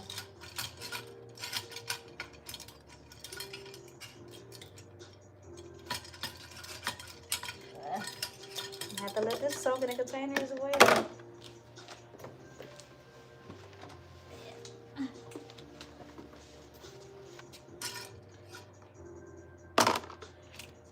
Let's see what y'all say. Thank you. Hello, sweetness. My first time on your pod. You do great hair. Thank you. She does. She's pleasant. Her professionalism. Thank y'all. Like for real. Thank you. Y'all get tired of me saying thank you. But thank y'all for just being a blessing. Staying on here with me. Like for real. But I'll be back one more time. I'm gonna go cleanse these other tools off, okay? And make sure they're prepared enough for tomorrow. We don't know. I forgot what I got to do tomorrow, but I'm gonna try to come on tomorrow. It's probably gonna be towards my last client because I think my first client is gonna take me a little while to do her. But for sure, my last client tomorrow, I will let y'all know. And when you visit the community, I will post like, hey y'all, I'll be live at this time so y'all can know when to come on and be ready. Because my last client, she's so chill. It's one of my usuals, and she has locks, so I like to chat with her. She's really sweet. So I'll be right back. One more time, y'all.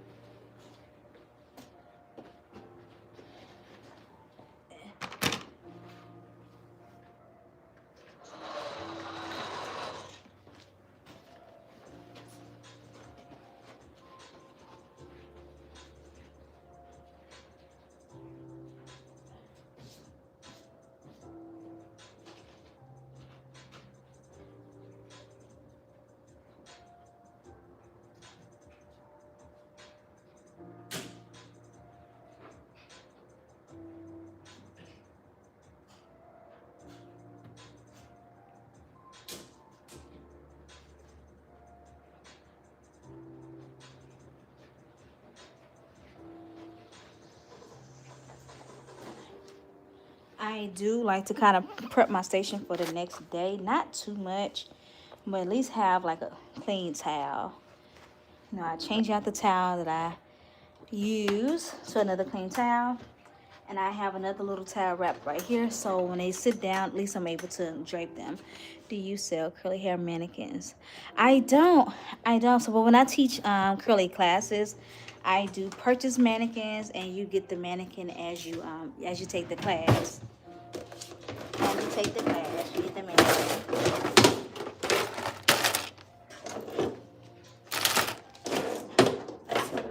If you need, I'm trying to think what is a good spot that's cost efficient. Give me a day or so. If you on here, Glenn, tomorrow, about tonight, I'll be able to look up some places that you can purchase a texture hair mannequin. That would be good. I can't think of the name of the mannequin, but I know where you can get one from. But I want to give you the right name for it.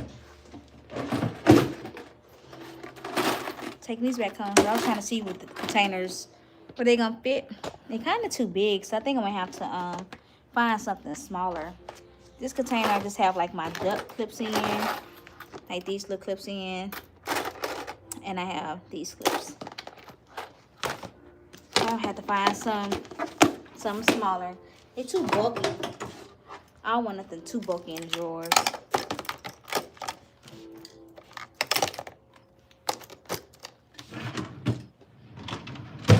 But But I were able to clean the drawers out, so I'm happy that I was able to accomplish that tonight. And put these back in this bag. They call me bag lady, y'all. They call me bag lady because I carry so many bags with me. This nickname came when I used to go to beauty school. When I went to beauty school with my cousin. She used to we used to carpool together, and I don't know why I did not just like buy me a little backpack, but I used to always carry around multiple bags with stuff in there. And in my 37 years of age, I'm still carrying around bags, y'all. Like, what the world? Like, I thought all that talking about me would kind of like help me to maintain, like, stop trying to do the bag situation. But yeah, I'm still, now I do got a big backpack. And so my backpack, I place like my little hair accessories. Get these off of Amazon, y'all. Hair accessories, my blow drying stuff in, and my tripod. And anything else. But the only reason I brought my other bag was because I know I was bringing those big old containers. Now that I know I need some smaller, thin ones, I gotta figure it out. Y'all have any recommendations on like thinner, clear containers? That'd be perfect. Absolutely perfect.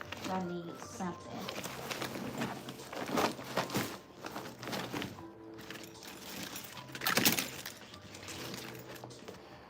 I need to get these fixed.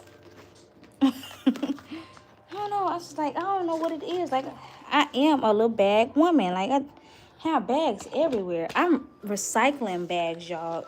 Even from the grocery store. Do y'all do that? Like, when I get my groceries, sometimes I ain't gonna lie. Let me know if this is wrong or not. But I double bag my stuff so I can have an extra bag at the house for the trash can. For something I may need. The kids need to go somewhere, need to help grab a quick bag. What else would I be stealing? Is that stealing? Tell me if it is, I'll stop. Because I don't want to take nobody's stuff. But now when I say it out loud, it's kind of bad, huh? It's kind of bad. Get my keys. Trying to make sure I have nothing in here.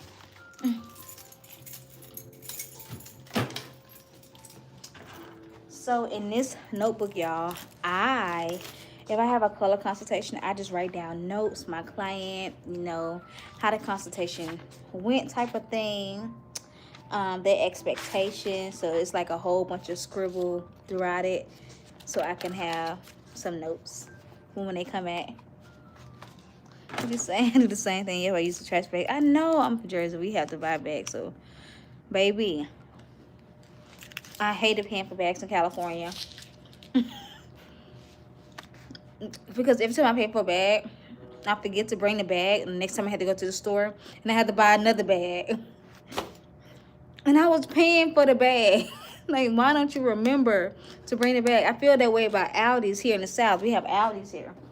And you have to pay for your bag. I have bought so many reusable bags that I forget to get the bag, to bring the bag back the next time I use it. It is annoying. It's so annoying. And why do I have to pay for bags?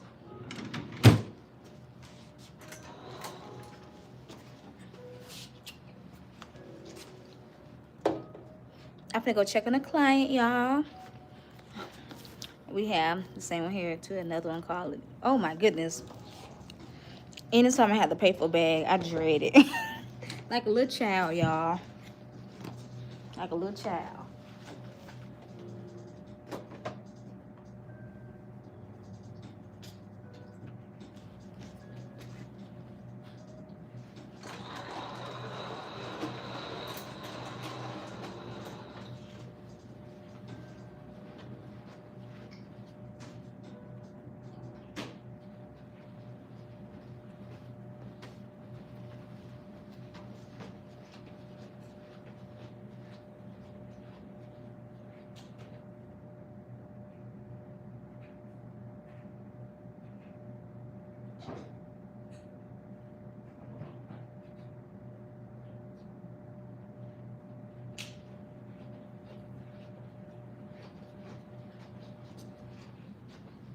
I had to go find a room.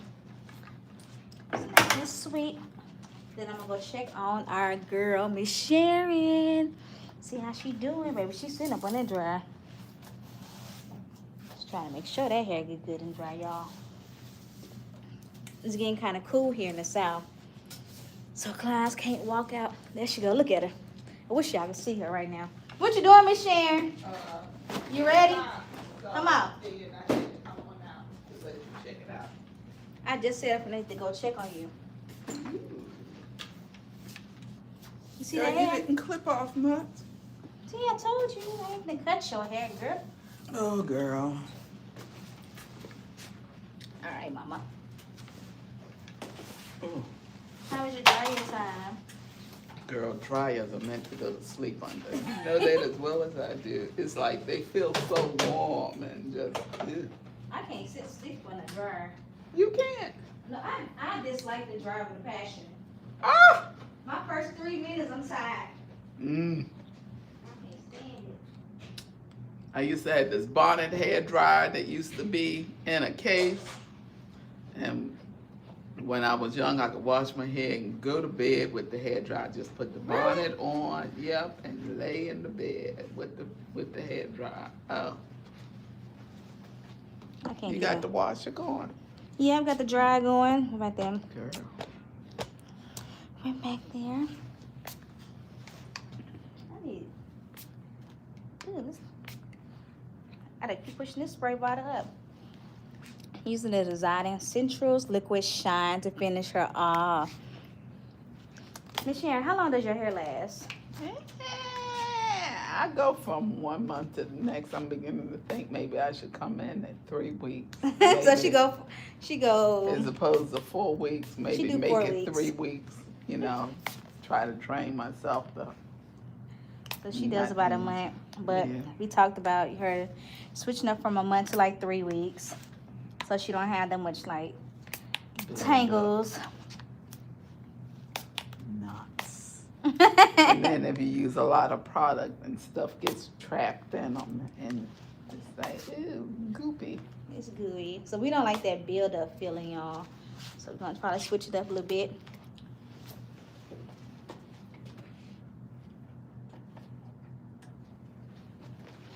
So what you about to do now, Miss Sharon? I told my son I was stopping past. I think I'm gonna call him and say I'm going home. You're tired now. It's like, go home. I'll see you tomorrow. Come past and say hello. Ooh, it's pretty. It is pretty, Okay. girl. You cute. Well, it ain't me. It's the hair. It's See, you. God, like, gave Come me on. things to hide. It's like when I used to have hair, it's like it'd be the bush be the first thing you see. Like all of this, then you can walk and hide with all of your insecurities up under the hair. Let nobody know. Let me get a close up of Miss Sharon.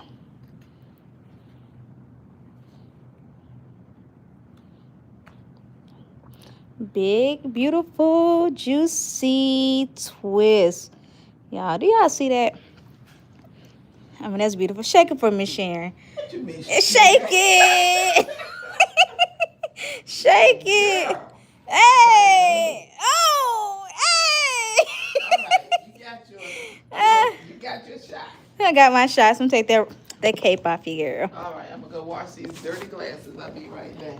Okay. Let me take the cape off you. Hold on. Oh.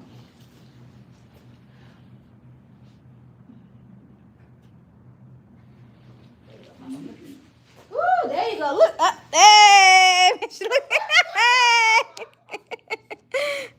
She's so funny, y'all. She's so cute. She does have some beautiful hair. Very beautiful. Absolutely beautiful. So what do y'all think about the results of her beautiful gray hair? Did y'all like what y'all saw? So she did say that she keep her, usually she does a month, but she gonna pull back a little bit from the month because she is gray. So she's wanting, you know, more, less build up on her hair, but also her scalp. Because when she keep it up for that long, she applies more foam to it to kind of refresh it, and a little bit more oil. So she said, I explained to her to reduce buildup, you got to get your hair shampooed just a little bit more. Look at her. Come on, walk the runway. Come on, Michelle. I am not walking the wrong way. It's just Look at her. you're terrible. All right, curl friends. I'm so appreciative, y'all, for joining me tonight. And I'm so appreciative, Miss Sharon. You gonna tell them about Miss Sharon? See you ladies. Come on in, Electric Soul. That's it. Yeah. Night, y'all. Thank y'all so much. If you have not subscribed to my channel, go ahead and do that, y'all. I'll catch y'all tomorrow, okay? Thank you again for joining in. So appreciative. And remember, you're beautiful. You're excellent, girl. Wear that hair with confidence and know that you're beautiful with it. Good night, guys.